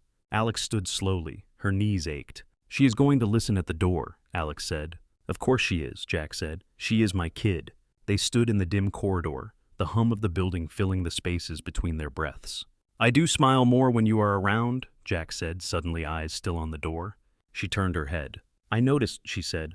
It scares me, he said, because I liked our life the way it was. Safe, contained. No one with a private security detail looking our way. He finally looked at her. I messed up, he said. I let you in without checking for landmines. I walked in on purpose, she said. Do not give me that much power. Either way, he said, I cannot let your father use her as a pressure point. I cannot fight him. I do not have the resources. Then let me fight him, she said. He gave a tired laugh. You just told me he has you on a leash. He thinks he does, she said. He has had his hand on my life for 35 years. It is a habit, not a law. Jack's brows drew together. You really think you can push back? I think I know where some of the cracks are, she said. In his structures. In the way Hale Capital holds Helix. In the trust my grandfather wrote before he died. That sounds like a very fancy way of saying maybe, Jack said. It is a very fancy way of saying I am not helpless, she said. He watched her in the half-light, trying to discern whether this was bravado or something else. If you go up against him, he said, you will not walk away untouched.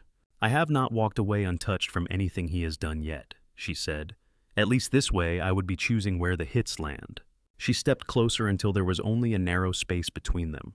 Give me time, she said. Do not shut the door yet. Do not walk away because he wants you to. Give me 1 week to see what I can do. And if you cannot, he asked. She thought of Mia's arms around her, her voice in her ear. We fix it. We do not give up. If I cannot, she said, then we decide together what happens next. Not him, not alone, together. He studied her face, searching for doubt. 1 week, he said finally. 1 week, she agreed. He nodded once. I should go back in, he said. She will pretend not to be listening, then tell me every word you said. Tell her the truth, Alex said. I plan to, he replied. He opened the door. Warm light washed over the hallway again, carrying with it the smell of reheated pasta and the sound of cartoon credits. He paused, hand still on the knob. Alex, he said. She looked up. Thank you for coming here first, he said, before he did. She nodded. It felt like the only right thing I could do, she said. Then the door closed gently, and she was alone in the dim hall, Mia's words and her own promise echoing in her chest, as she made her way back down the stairs and into the night. Sleep came in short, broken pieces. Alex dozed, woke, stared at the ceiling of her dark bedroom, while the city glowed behind the glass. Each time she closed her eyes, she saw different images laid over one another. Her mother's handwriting, her father's face, Mia in the hallway hugging her so hard the stuffed robot squeaked. By 4:30 she gave up. She pulled on soft black pants, a plain shirt tied her hair back, and left the penthouse with her laptop bag in hand. The sky over Manhattan was still more charcoal than blue. Delivery trucks idled near loading docks. Street sweepers traced slow lines down empty avenues. The lobby of Helix felt like a different building at that hour. The marble echoed. The security guard at the front desk was on his second cup of coffee and his third crossword. Morning, Ms. Hale, he said, surprised. You are early. Could not sleep, she said, and kept moving. On the 52nd floor, the lights came on as she walked past motion sensors.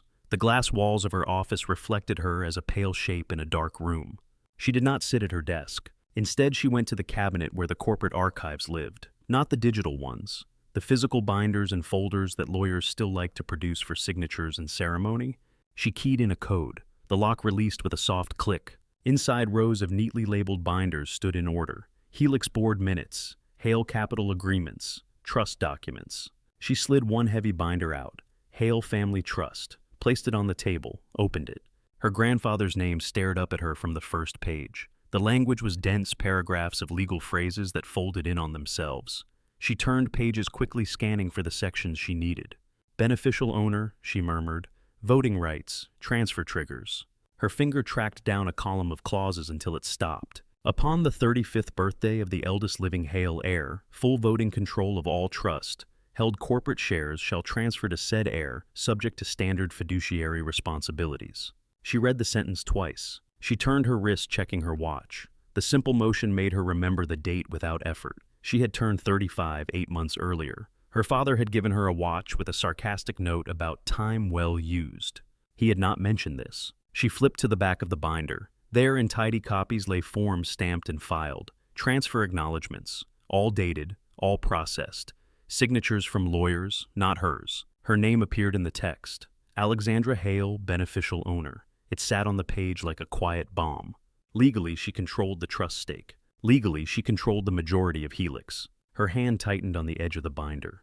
He had known. He had known and simply gone on acting as if nothing had changed. She closed the binder and drew a slow breath. Control was one thing. Power was another. He still had friends in every agency that mattered. He still had his fingers in companies she had never heard of. Removing him from Helix would not remove him from the world. But it was a crack. A place where the wiring of his life and hers could be exposed. Her phone buzzed on the table, a calendar reminder for a call she had no intention of taking. She pushed the binder aside and reached for another folder. This one was thinner. Hale Capital Litigation. She flipped through it past settled suits and minor disputes. There, halfway in a name she had not thought about in years. Lou Page, Senior Accountant, Subsidiary, Hale Capital, Strategic Fund 4.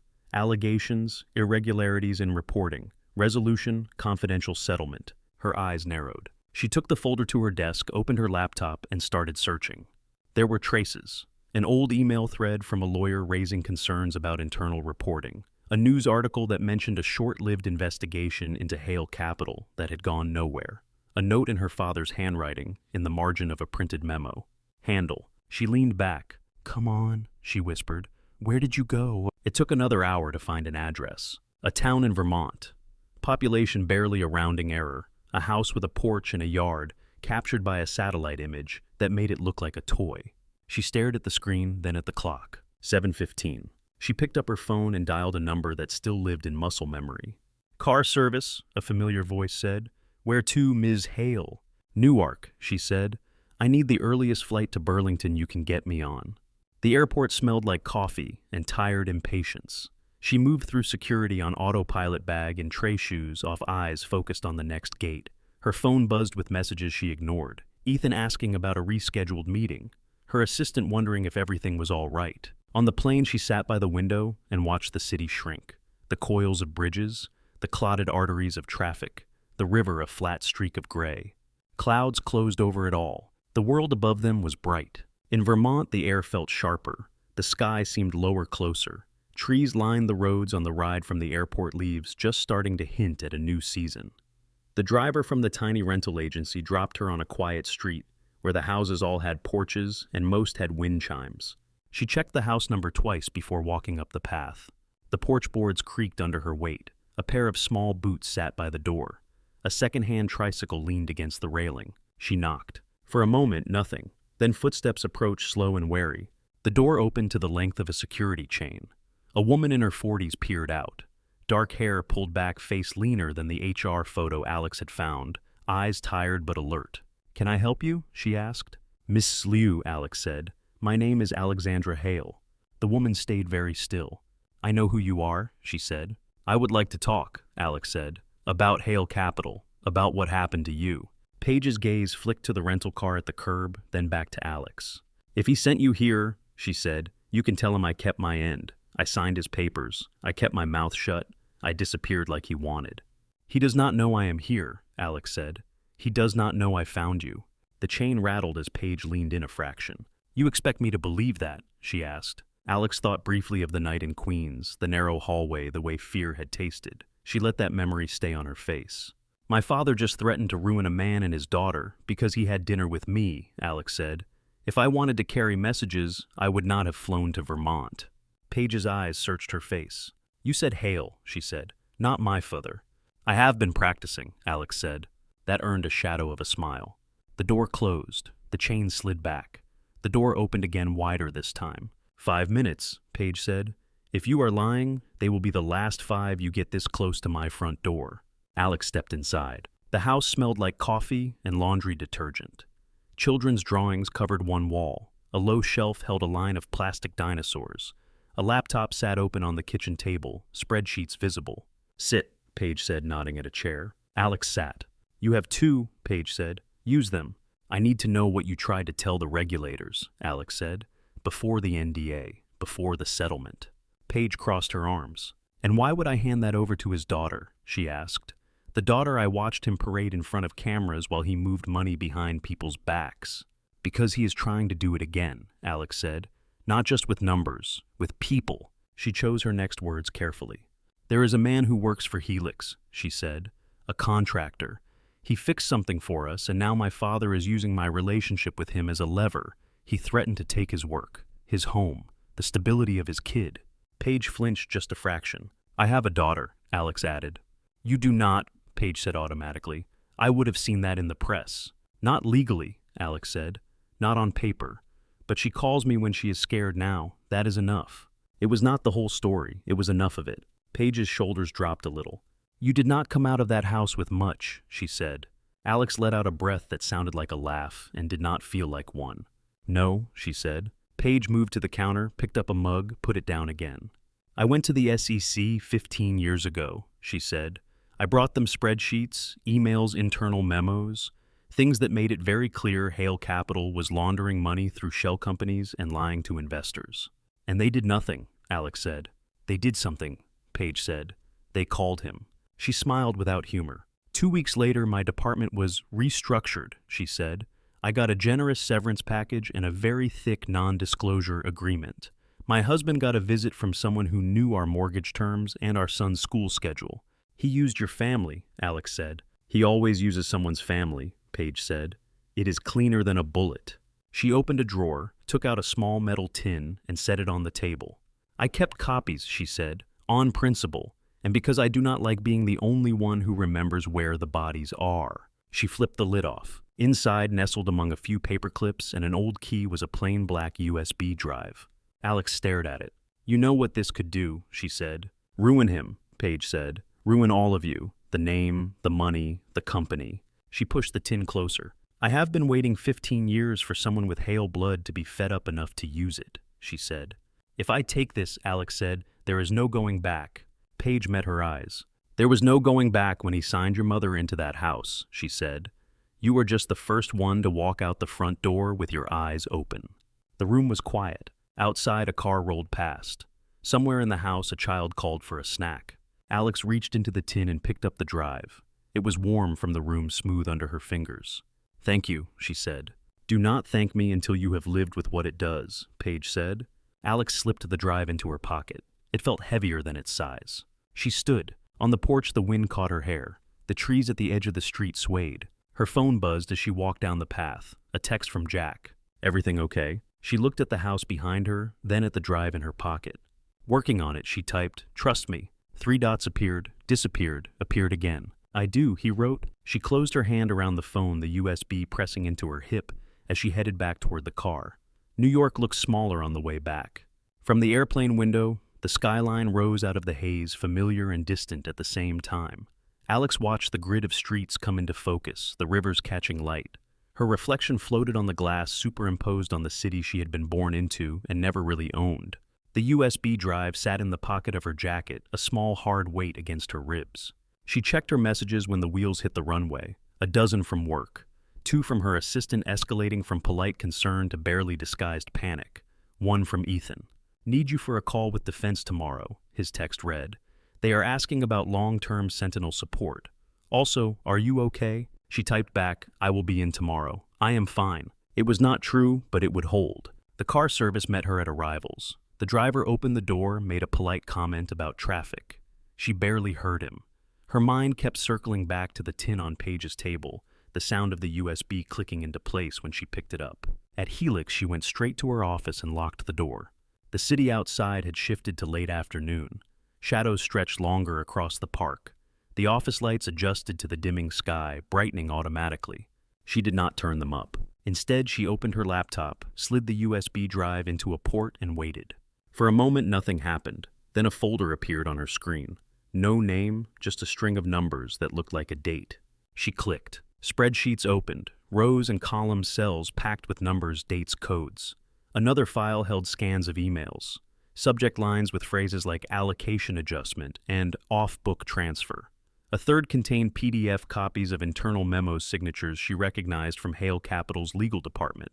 She scrolled. There in black and white were the things Paige had described. Money moving in circles that were not circles at all, but spirals tightening around shell companies in jurisdictions that enjoyed shadows.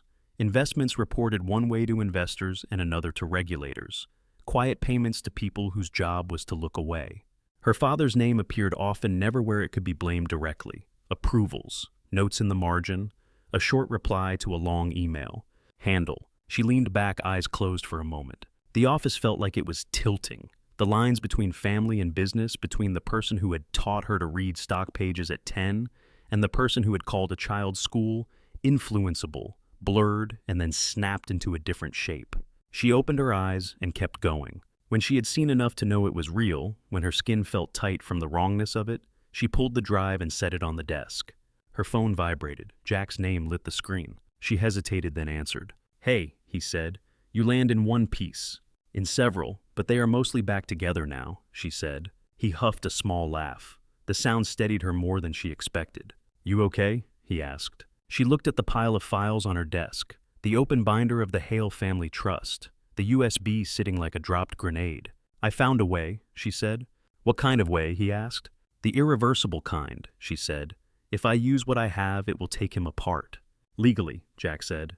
And every other way that matters to him, she said. His money, his reputation, his access. Silence hummed across the line for a moment. And you, he said. What happens to you in that scenario? She thought of her mother, of the note on the mirror. I get free, she said. Or I burn with him, hard to say. He exhaled slowly. I cannot tell you what to do, he said. You know him. You know this world. I know routers and 9-year-olds. You know me, she said. I am working on it, he replied. And from what I have seen, you do not bluff. She smiled faintly. Tomorrow, she said, I am calling him in. Not a full board meeting, just him, me, a stack of papers. The showdown, Jack said. It is not a movie, she said. It feels like one, he replied. Listen, whatever you decide to do in that room, you will not walk out alone. You know that, right? She looked at her reflection in the window. The glass showed a woman with her hair pulled back, dark circles under her eyes, a set to her shoulders that looked a little less like her father's. I would like to believe that, she said. Believe this, he said.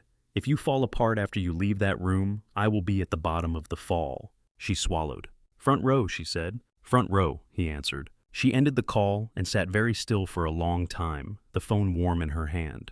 The next morning she wore black. Not power black, not the glossy fabric that photographers liked. A matte, almost soft material that moved easily when she walked. No jewelry except for a simple watch that did not glitter. Her assistant met her at the office door, notes ready. You asked me to clear the 10 o'clock, the young woman said. The Hale Capital quarterly briefing. Good, Alex said. Invite Mr. Hale to a private session instead. No one else. Tell him it is important. Her assistant's eyes widened slightly, but she nodded and retreated.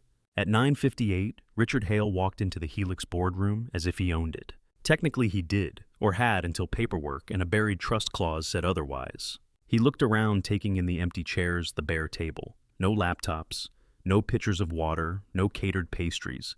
Just 2 leather chairs facing each other across polished wood. Intimate, he said. You are not usually sentimental about conference rooms. This is not sentiment, Alex said. She stood at the far end of the table. The binder of the trust sat open in front of her. Beside it was a neat stack of printed documents and one thin folder. Richard sat without being invited. You asked for my time, he said. You have it. She looked at him for a moment. In the bright morning light, he did not look old. His hair was silver, but his posture was straight, his eyes clear. The lines in his face were the kind carved by habit, not illness. You lied to me, she said. He arched an eyebrow. Be more specific. It will save us both time. She turned the binder so he could see the page she had marked. This clause, she said, the transfer of voting rights upon my 35th birthday. You did not tell me. I did not have to, he said. You were copied on the filings.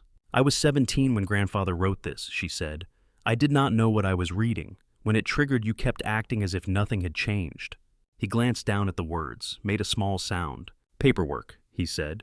Technicalities. You were not ready. That is not your call, she said. It has always been my call, he replied. Until now. He seemed almost amused by that. You invited me here to talk about trust documents? He asked. Because I have a lunch at the club and I would prefer not to be late for something this petty. She picked up the thin folder. No, she said. I invited you here to talk about this. She slid it across the table. He eyed it with distaste, then opened it. The first page was a summary, the next an email chain, the next a spreadsheet printout, all pulled from the drive in her pocket. His eyes skimmed the top sheet, then slowed. He turned another page, then another. The color left his face by degrees. Where did you get this? He said. The air in the room felt heavier. The city outside seemed very far away. It does not matter, she said. It matters, he snapped. These documents are sealed. They are protected by law, by agreements, by very expensive lawyers. So are the regulators you paid to look the other way, she said. Yet, here we are. He stood up. The chair legs scraped over the floor. You have no idea what you are holding, he said. You could blow up more than me. You could topple funds that prop up things you claim to care about. Infrastructure, research, Helix. Helix will survive, she said. With or without your capital, it will survive better without the rot you built under it.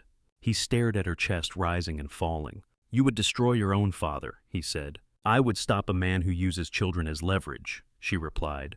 The fact that he is my father is an unfortunate detail. His jaw clenched. You are hysterical, he said. You met some man with calloused hands and suddenly you think you understand life. Do not talk about him, she said softly. You think he loves you, Richard said. He sees opportunity, wealth, a way out of that little building in Queens. Do you really believe he looks at you and sees anything but an exit ramp? She remembered Jack in the hallway saying, I cannot let your father use her as a pressure point, the way his voice had broken on the word kid. He told me to walk away, she said, to protect his daughter. He was willing to lose me if that meant she was safe. Richard made a sound of disgust. Love, he said. The great excuse. It made your mother weak. It will make you weak if you let it. She looked at him, at the man whose reflection had haunted her mirror all her life. My mother was not weak, she said. She was alone. He flinched almost too slight to see. There is a difference, she added. He dropped back into the chair slower now. What do you want? He asked. You clearly have a plan. She stacked the papers back together with deliberate care. You are going to sign over full control of Hale Capital's stake in Helix to me, she said. Not in name only, in practice. You will resign every board position tied to this company. You will agree in writing to stay out of my life and the lives of anyone I choose to keep in it. He smiled a sharp, humorless curve. And if I refuse, he said, then I send copies of these files to the SEC, she said. 2 federal prosecutors, 2 that reporter at the Journal who keeps sniffing around your old funds. And I let gravity do the rest. You would burn the family name, he said. You would burn your own inheritance. She thought of her penthouse, of the paintings chosen by advisors, the furniture that looked good in magazines, of the note on her bathroom mirror, and the way her stomach still nodded every time she saw it. I am not sure I want it, she said. He watched her weighing the threat. You are bluffing, he said again, but there was less certainty in it now. You taught me never to bluff, she said. You said the quickest way to lose was to show a card you were not willing to play. She slid a pen across the table next to the stack of documents she had prepared. Transfer forms, resignation letters, a draft agreement for physical separation. You have 24 hours, she said. After that, the drive leaves this building. His gaze flicked to the pen, then back to her face. You sound like her, he said quietly, the night before she died. The floor seemed to tilt for a moment. She stood in that ridiculous kitchen you loved, he went on, said she was done, said she was going to be free. I told her she did not know what that meant. Alex felt her pulse in her throat. You did not stop her, she said. I did not think she would follow through, he said. They were both silent for a long moment. The difference, Alex said, is that I am not walking into a bathroom with a bottle in my hand. I am walking into a courthouse with evidence. He stared at her face unreadable. You will regret this, he said, when he leaves, when the novelty fades and you are left without the safety net I built for you. She thought of Mia's hand in hers on the sidewalk, of Jack in the server room, sweaty and stubborn, fixing a problem he did not create. I will have people who show up for me because they want to, she said, not because they owe you a favor. He stood gathering what remained of his dignity. You have your 24 hours, he said. Use them wisely. He left without another word. The door closed behind him. His footsteps faded down the corridor. For a moment, Alex stood in the middle of the empty room and let the silence press in. Her heart hammered against her ribs. Her hands shook. She sat down. The chair felt enormous. Her throat tightened. The tears surprised her. They came fast, hot, spilling down her cheeks. She pressed the heels of her hands to her eyes, but that just made them fall harder. She did not know how long she sat like that. Long enough that the light in the room shifted the sun moving across the sky outside. There was a knock on the door. Occupied, she said, or tried to. Her voice came out rough. It is me, Jack said from the other side. Your assistant is very persistent. She let out a laugh that sounded broken. Come in, she said. The door opened. He stepped inside out of place in his dark work shirt and boots, the smell of machine oil and fresh air trailing in with him. He took one look at her face and crossed the room without hesitation. You did it, he said. I think so, she said. He crouched beside her chair close enough that she could see the tiny flecks of paint on his shirt from some repair. Are you okay? He asked. She looked at him, at the concern in his eyes, the steadying weight of his presence. I just declared war on my own father, she said. So, no, not really. Did you bring enough ammunition? He asked. She let out another shaky laugh. I brought truth, she said, and signatures. We will see if that counts. He reached up and wiped a tear from her cheek with his thumb. The gesture was careful, almost reverent. You are shaking, he said. I am angry, she said, and scared, and relieved, and I do not know which one gets to sit in the front. He stood and pulled her to her feet, then wrapped his arms around her. Let them all sit, he said into her hair. You can feel everything. You are allowed. She sank against him, the tightness in her chest finally starting to loosen. In the circle of his arms, the boardroom did not look so large. The glass walls did not feel so exposing. For the first time in a very long time, she did not feel like she was standing alone at the head of a table no one else wanted to be at. I am here, Jack said quietly. I am not going anywhere. She closed her eyes and listened to his heartbeat steady and real, the only sound in a room that had just held 35 years of her life. He signed the next afternoon. It happened in a smaller conference room, not the grand boardroom. No glass walls, just beige paint, a long table, and a window that looked out over the river instead of the city. Richard sat at one end, 3 lawyers flanking him like dark birds. A notary arranged her stamp with careful precision. Alex sat opposite, alone, the documents she had prepared stacked in front of her. Transfer of controlling interest in the Hale family trust. Assignment of all Helix voting rights. Resignation from the Helix board and all affiliated entities. A personal agreement to maintain distance from Alexandra Hale, Jack Morales, and Mia Morales. The words were dry on paper. They tasted like iron in her mouth. The notary read the formal script. Richard answered with clipped yes and no, then took the pen. He signed his name the same way he always had. Firm, legible, no hesitation, each stroke landing like a small nail. When he reached the last page, he paused. You know, he said, not looking up, for all her talk, your mother never actually left. Alex kept her gaze on the document. I am not talking about her, she said. The night before, he went on, she told me she was done. She said she was going to stop letting me decide who she was. I told her she was being dramatic, that she would tire herself out and come back to her senses. He set down the pen and finally looked at Alex. I did not believe her, he said. That is the part that still surprises me. The notary cleared her throat softly, uncomfortable. Alex gathered the signed pages, aligning the edges. The difference, she said, is that I am not walking into a bathroom with a note. I am walking out of this room with my name intact. His jaw flexed once. You think this is freedom, he said. It is exile. For you, she said. For me, it is oxygen. He stood. The lawyers stood with him. Enjoy the air, he said. We will see how long it keeps you warm. He left without saying goodbye. The door closed. The notary gathered her things and asked where to leave the stamped copies. The lawyers followed Richard, their voices a murmur in the hallway. Alex stayed seated for a moment. The river outside moved in slow sheets of gray. Boats cut white scars across its surface. Somewhere below, cars hissed along the FDR. Her hands trembled when she reached for her phone. It rang before she could call. Jack, tell me you are not in jail, he said. Not yet, she said. Her voice sounded lighter than she felt. How did it go, he asked. He signed everything, she said. Trust, votes, distance, all of it. There was a long exhale on his end. You okay? He asked. I just cut my father out of my company and my life in the same hour, she said. I am going to need a minute. Where are you? He asked. 3rd floor conference room, she said. The one with the sad fern. I know it, he said.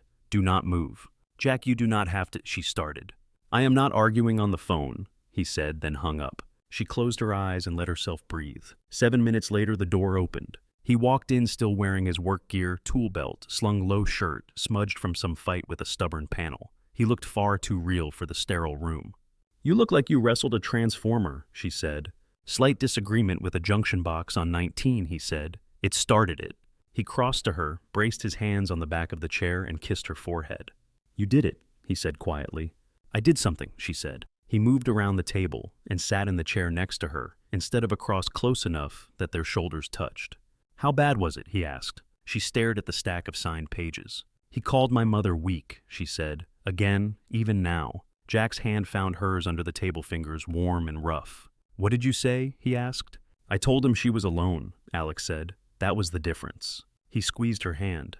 You are not, he said. She looked at him. At the grease on his knuckles, the line near his mouth, where stress had etched itself, the certainty in his eyes. Do you regret it? He asked. pulling the trigger. She thought of Paige in her Vermont kitchen, of Mia in the hallway, of her father saying, "Enjoy the air." "Ask me in 10 years," she said. "Right now I am just trying to remember how to stand without his hand on the back of my neck." Jack nodded. "We can practice," he said. She laughed a small startled sound. "I have something to show you," she said, "but not here." "Is it less depressing than this room?" he asked. "Much," she said. "Then I am in," he replied. That night she took the subway to Queens. No car service, no tinted windows, just the hiss and rattle of the train, the sway of bodies, the familiar rumble under her feet. A teenager in headphones leaned against the pole across from her. A woman in scrubs dozed head-bobbing with the motion. The apartment building looked the same as the first time she had climbed those stairs. Same chipped paint, same smell of someone's dinner leaking under a door. The same cat or another one like it watched her from the shadows. Jack met her at the door before she could knock. "You beat the pasta by 3 minutes," he said. "Impressive." "Traffic was kind," she said. He stepped aside to let her in. The living room was small and bright, a couch with a throw blanket, a low table littered with electronics parts, and a drawing of a robot wearing a cape. The TV played muted reruns of some animated show. Mia stood in the middle of the room, holding a piece of construction paper with both hands. She wore an old t-shirt that hung to her knees, and socks that did not match. Her hair stuck out in 3 directions, ponytail long since surrendered. "You are here," she said, as if announcing a fact that made the room brighter. "I am here," Alex said, a soul. "Yeah," Alex said. Mia walked forward and thrust the paper at her. "This is for you," she said. Alex took it carefully. It was a drawing. 3 stick figures stood side by side, hand in hand. One had longer hair, one was taller. The smallest had a ponytail and a square in her other hand that might have been a laptop. Above them, in bubble letters outlined in marker, Mia had written, "Our family Beta." Glitter clung unevenly to the edges of the page. A small smear of purple marker streaked the bottom corner, where a hand had slipped. Alex felt something hit her chest from the inside. "Bella helped with the letters," Mia said quickly. "I did the design. Beta means we can still change things if we need to, bugs and stuff." Her voice was casual, but her eyes were not. They searched Alex's face for something, a confirmation that this was not a mistake. "It is beautiful," Alex said. "Do you like the beta part?" Mia asked. "I thought about version 1.0, but that felt too permanent. This way we keep working on it." Alex swallowed around the tightness in her throat. "I like it exactly how it is," she said, "beta and all." Mia's shoulders loosened just a little. "Does this mean you are staying?" she asked. "Like for real, not just for pizza?" Alex glanced at Jack. He leaned in the doorway to the small kitchen dish towel over his shoulder, watching them. His expression gave nothing away and everything at once. "It means," Alex said, kneeling so she and Mia were on the same level, "that if you two want me here, I would like to be here, not just on Fridays, in all the ways that actually count." Mia studied her. Then she nodded once, businesslike. "Okay," she said, "we will put you in the code." "In the code," Alex repeated. "For Friend Finder," Mia said. "I can add a flag so you show up as family." Alex laughed, tears smarting at the same time. "I would like that," she said. Mia leaned forward and hugged her with sudden fierce strength. "I was scared," she said into Alex's shoulder. "When Dad said your dad was being a jerk, I thought you would go away." "I was scared too," Alex admitted, "but I decided I like you more than I am scared of him." Mia pulled back, eyes shining. "Good," she said, "because Dad is less fun when he is sad." From the kitchen, Jack called, "I heard that." "You were supposed to," Mia called back. They ate pasta at the small table, knees brushing under the wood. The sauce was from a jar, and tasted better than most of the food Alex had paid too much for in her life. Afterward, Mia pulled out her laptop and showed Alex Friend Finder's new features. Safer messaging, better matching, a soft, friendly interface that made her want to sign up just to see who she would be paired with at 10. Jack washed dishes at the sink, humming off key. The sound of running water and clinking plates underscored the tap of keys and Mia's rapid explanations. At one point, Mia paused mid-sentence. "If you were on Friend Finder," she said, "and Dad was on it, it would match you." Alex smiled. "You think so?" Mia nodded. "You are both stubborn and weird, and pretend you are not scared when you are. That is like a 90% match." Jack threw a dish towel over his shoulder. "I am standing right here," he said. "That is why I am telling you," Mia said. Later, when Mia had finally gone to bed after extracting 3 promises for a weekend movie and 1 for a park day, Alex and Jack sat on the couch. The apartment was quiet. The city outside hummed through the closed window. "What did you say to her?" Alex asked. When I left that night, that adults make messes, he said, that they try to fix them, that sometimes it takes a minute. She asked if I was going to be her new mom, Alex said. Jack's eyes dipped. She did, he said.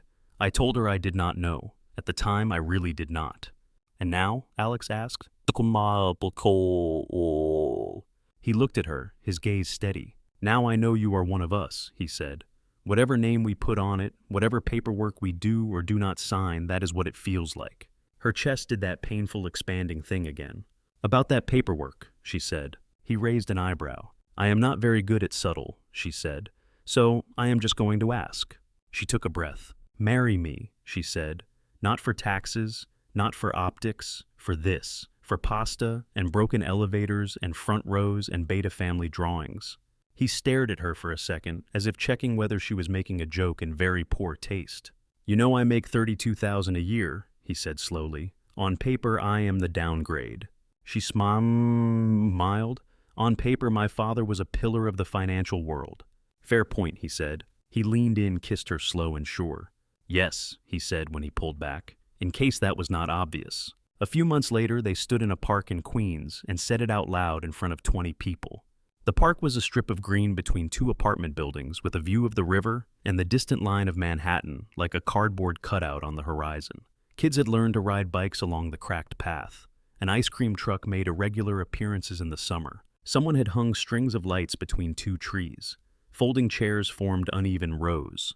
A small speaker sat on a picnic table playing soft music from someone's playlist. Alex wore a simple white dress that hit just below her knees.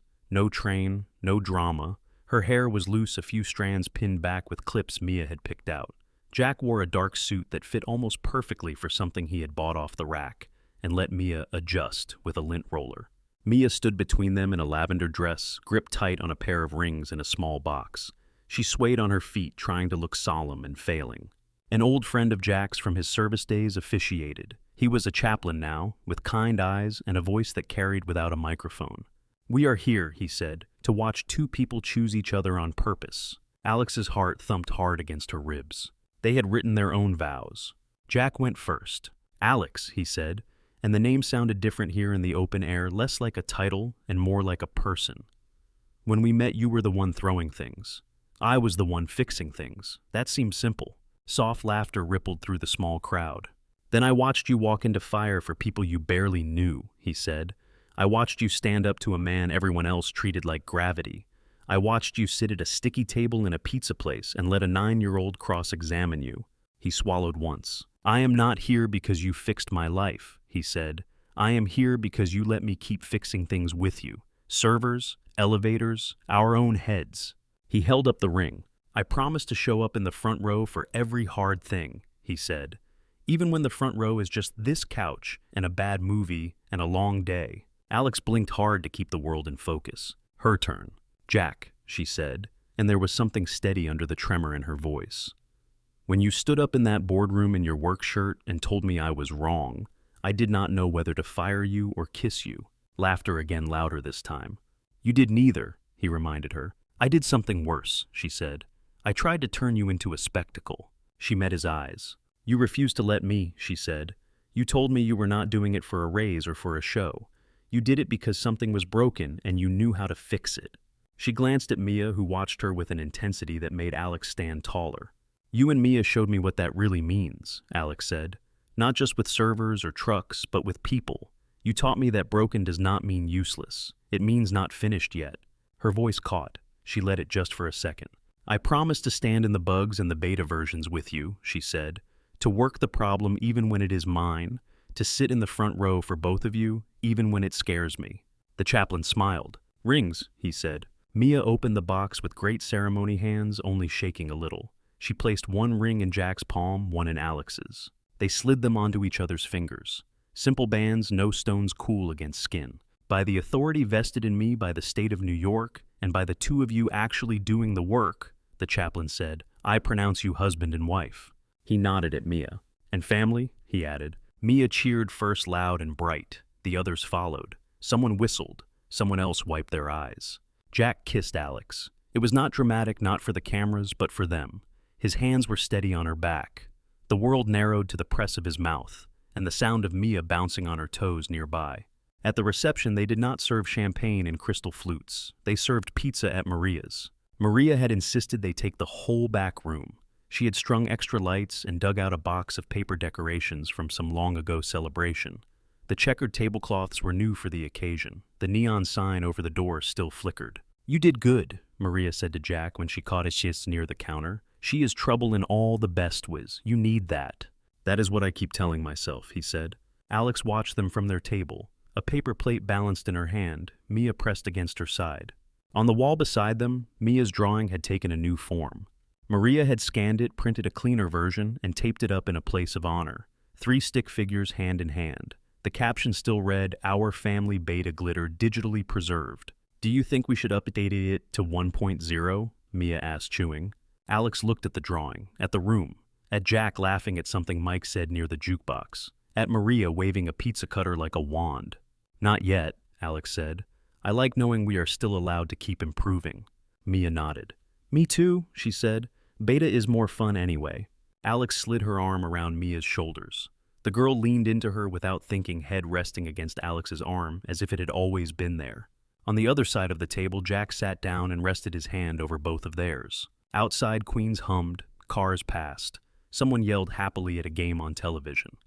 The city stretched up and out around the small restaurant.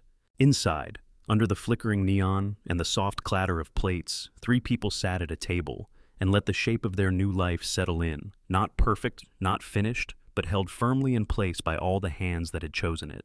The bathroom mirror looked different now. Steam curled along the glass as the shower hissed behind the curtain. The window was cracked open an inch. October air slipped in cool against Alex's damp skin. She wiped a circle clear with the side of her hand.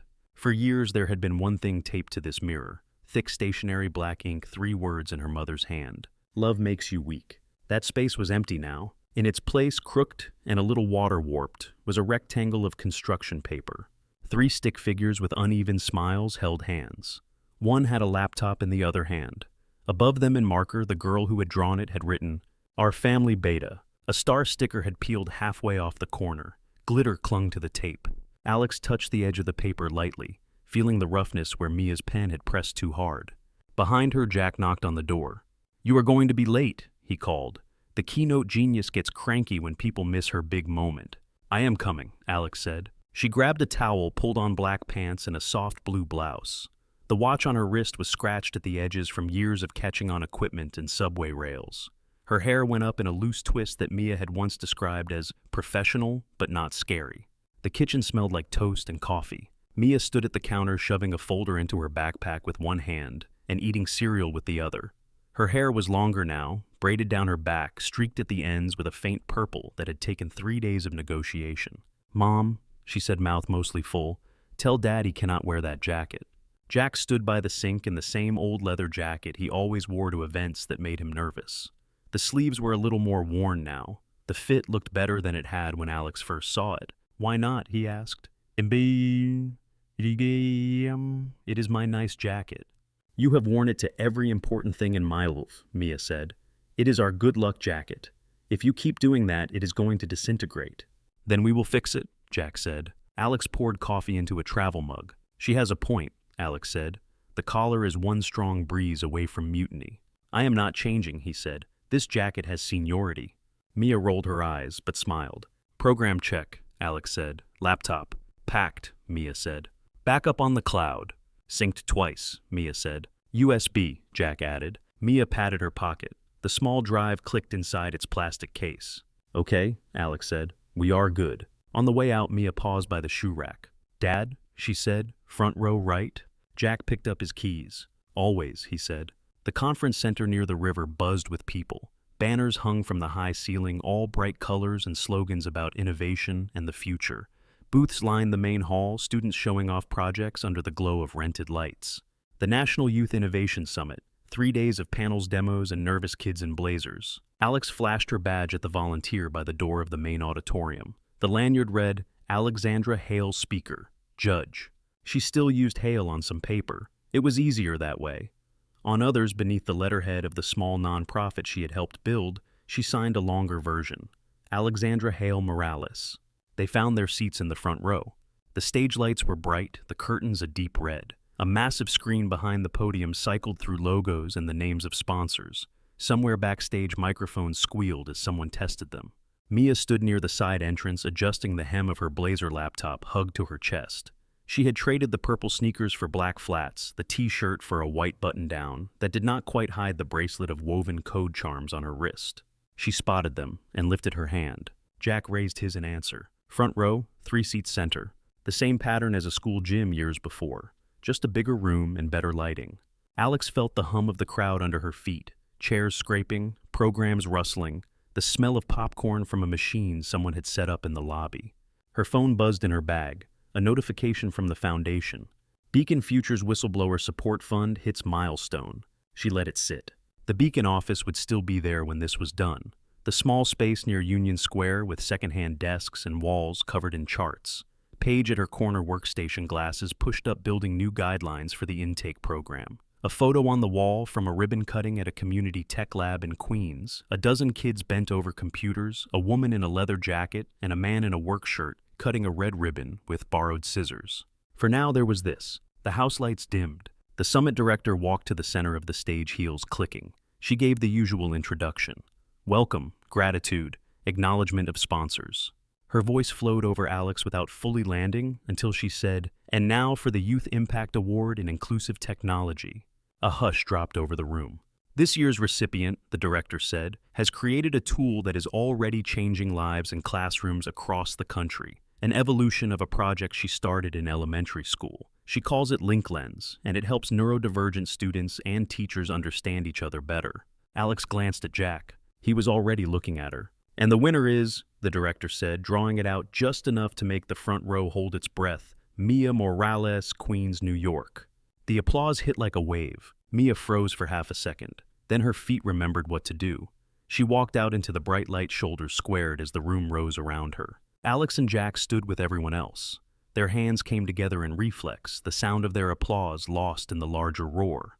Mia reached the podium. She adjusted the microphone down an inch, cleared her throat, and smiled out into the sea of faces. "Hi," she said. "I am Mia. I build things so people do not have to sit alone if they do not want to." A ripple of soft laughter moved through the crowd. "When I was 9, she went on, I made an app called Friend Finder. It matched kids in my school who liked the same weird stuff. I built it because I saw someone eating lunch alone every day and I knew how that felt." Her gaze flicked to the front row. Alex felt it like a thread stretched between them. "My dad taught me that when something breaks, you do not throw it away," Mia said. "You figure out how it works and you fix it." Jack's eyes shone in the dark. "My mom taught me that people are kind of the same," Mia added. "You do not throw yourself away just because somebody tells you that you are wrong or too much or not enough. You figure out how you work. You find people who help you fix the broken code." There was a small, reverent silence. Then someone in the back clapped sharp, unable to hold back. Others followed. Mia smiled. "Link Lens is just code," she said. "It takes information from teachers and students and tries to make a bridge between how they hear and how they talk. But it is also a reminder that we are all beta versions. We are all still updating." On the giant screen behind her, the app's logo appeared, a simple circle split in 2 colors overlapping where they met. "I made this because I was tired of feeling like the problem," Mia said. "A lot of kids feel like the problem. I want them to know they are part of the system. They can change it." She looked straight at the first row again. "This award is cool," she said, "but the real win is that my dad and my mom are in the front row. They always are." Alex's throat closed. "Thank you," Mia finished. "To them and to everyone who ever handed me a tool instead of taking my project away. I promise to keep shipping updates." The applause was louder this time. People rose again not because they were supposed to, but because it felt like the only possible response.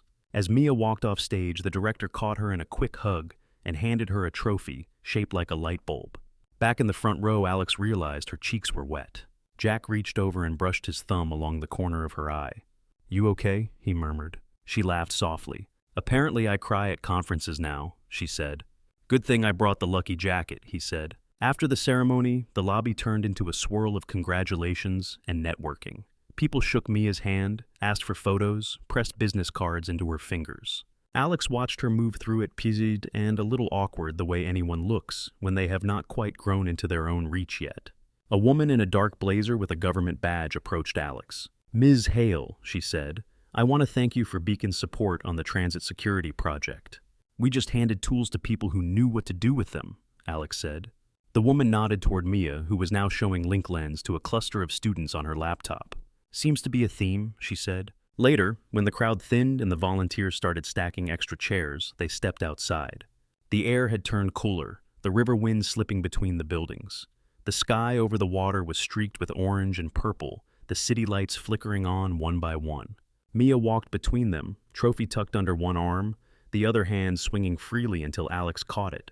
"You were ridiculous," Jack said. "In a good way." Mia grinned. "Did I talk too fast?" she asked.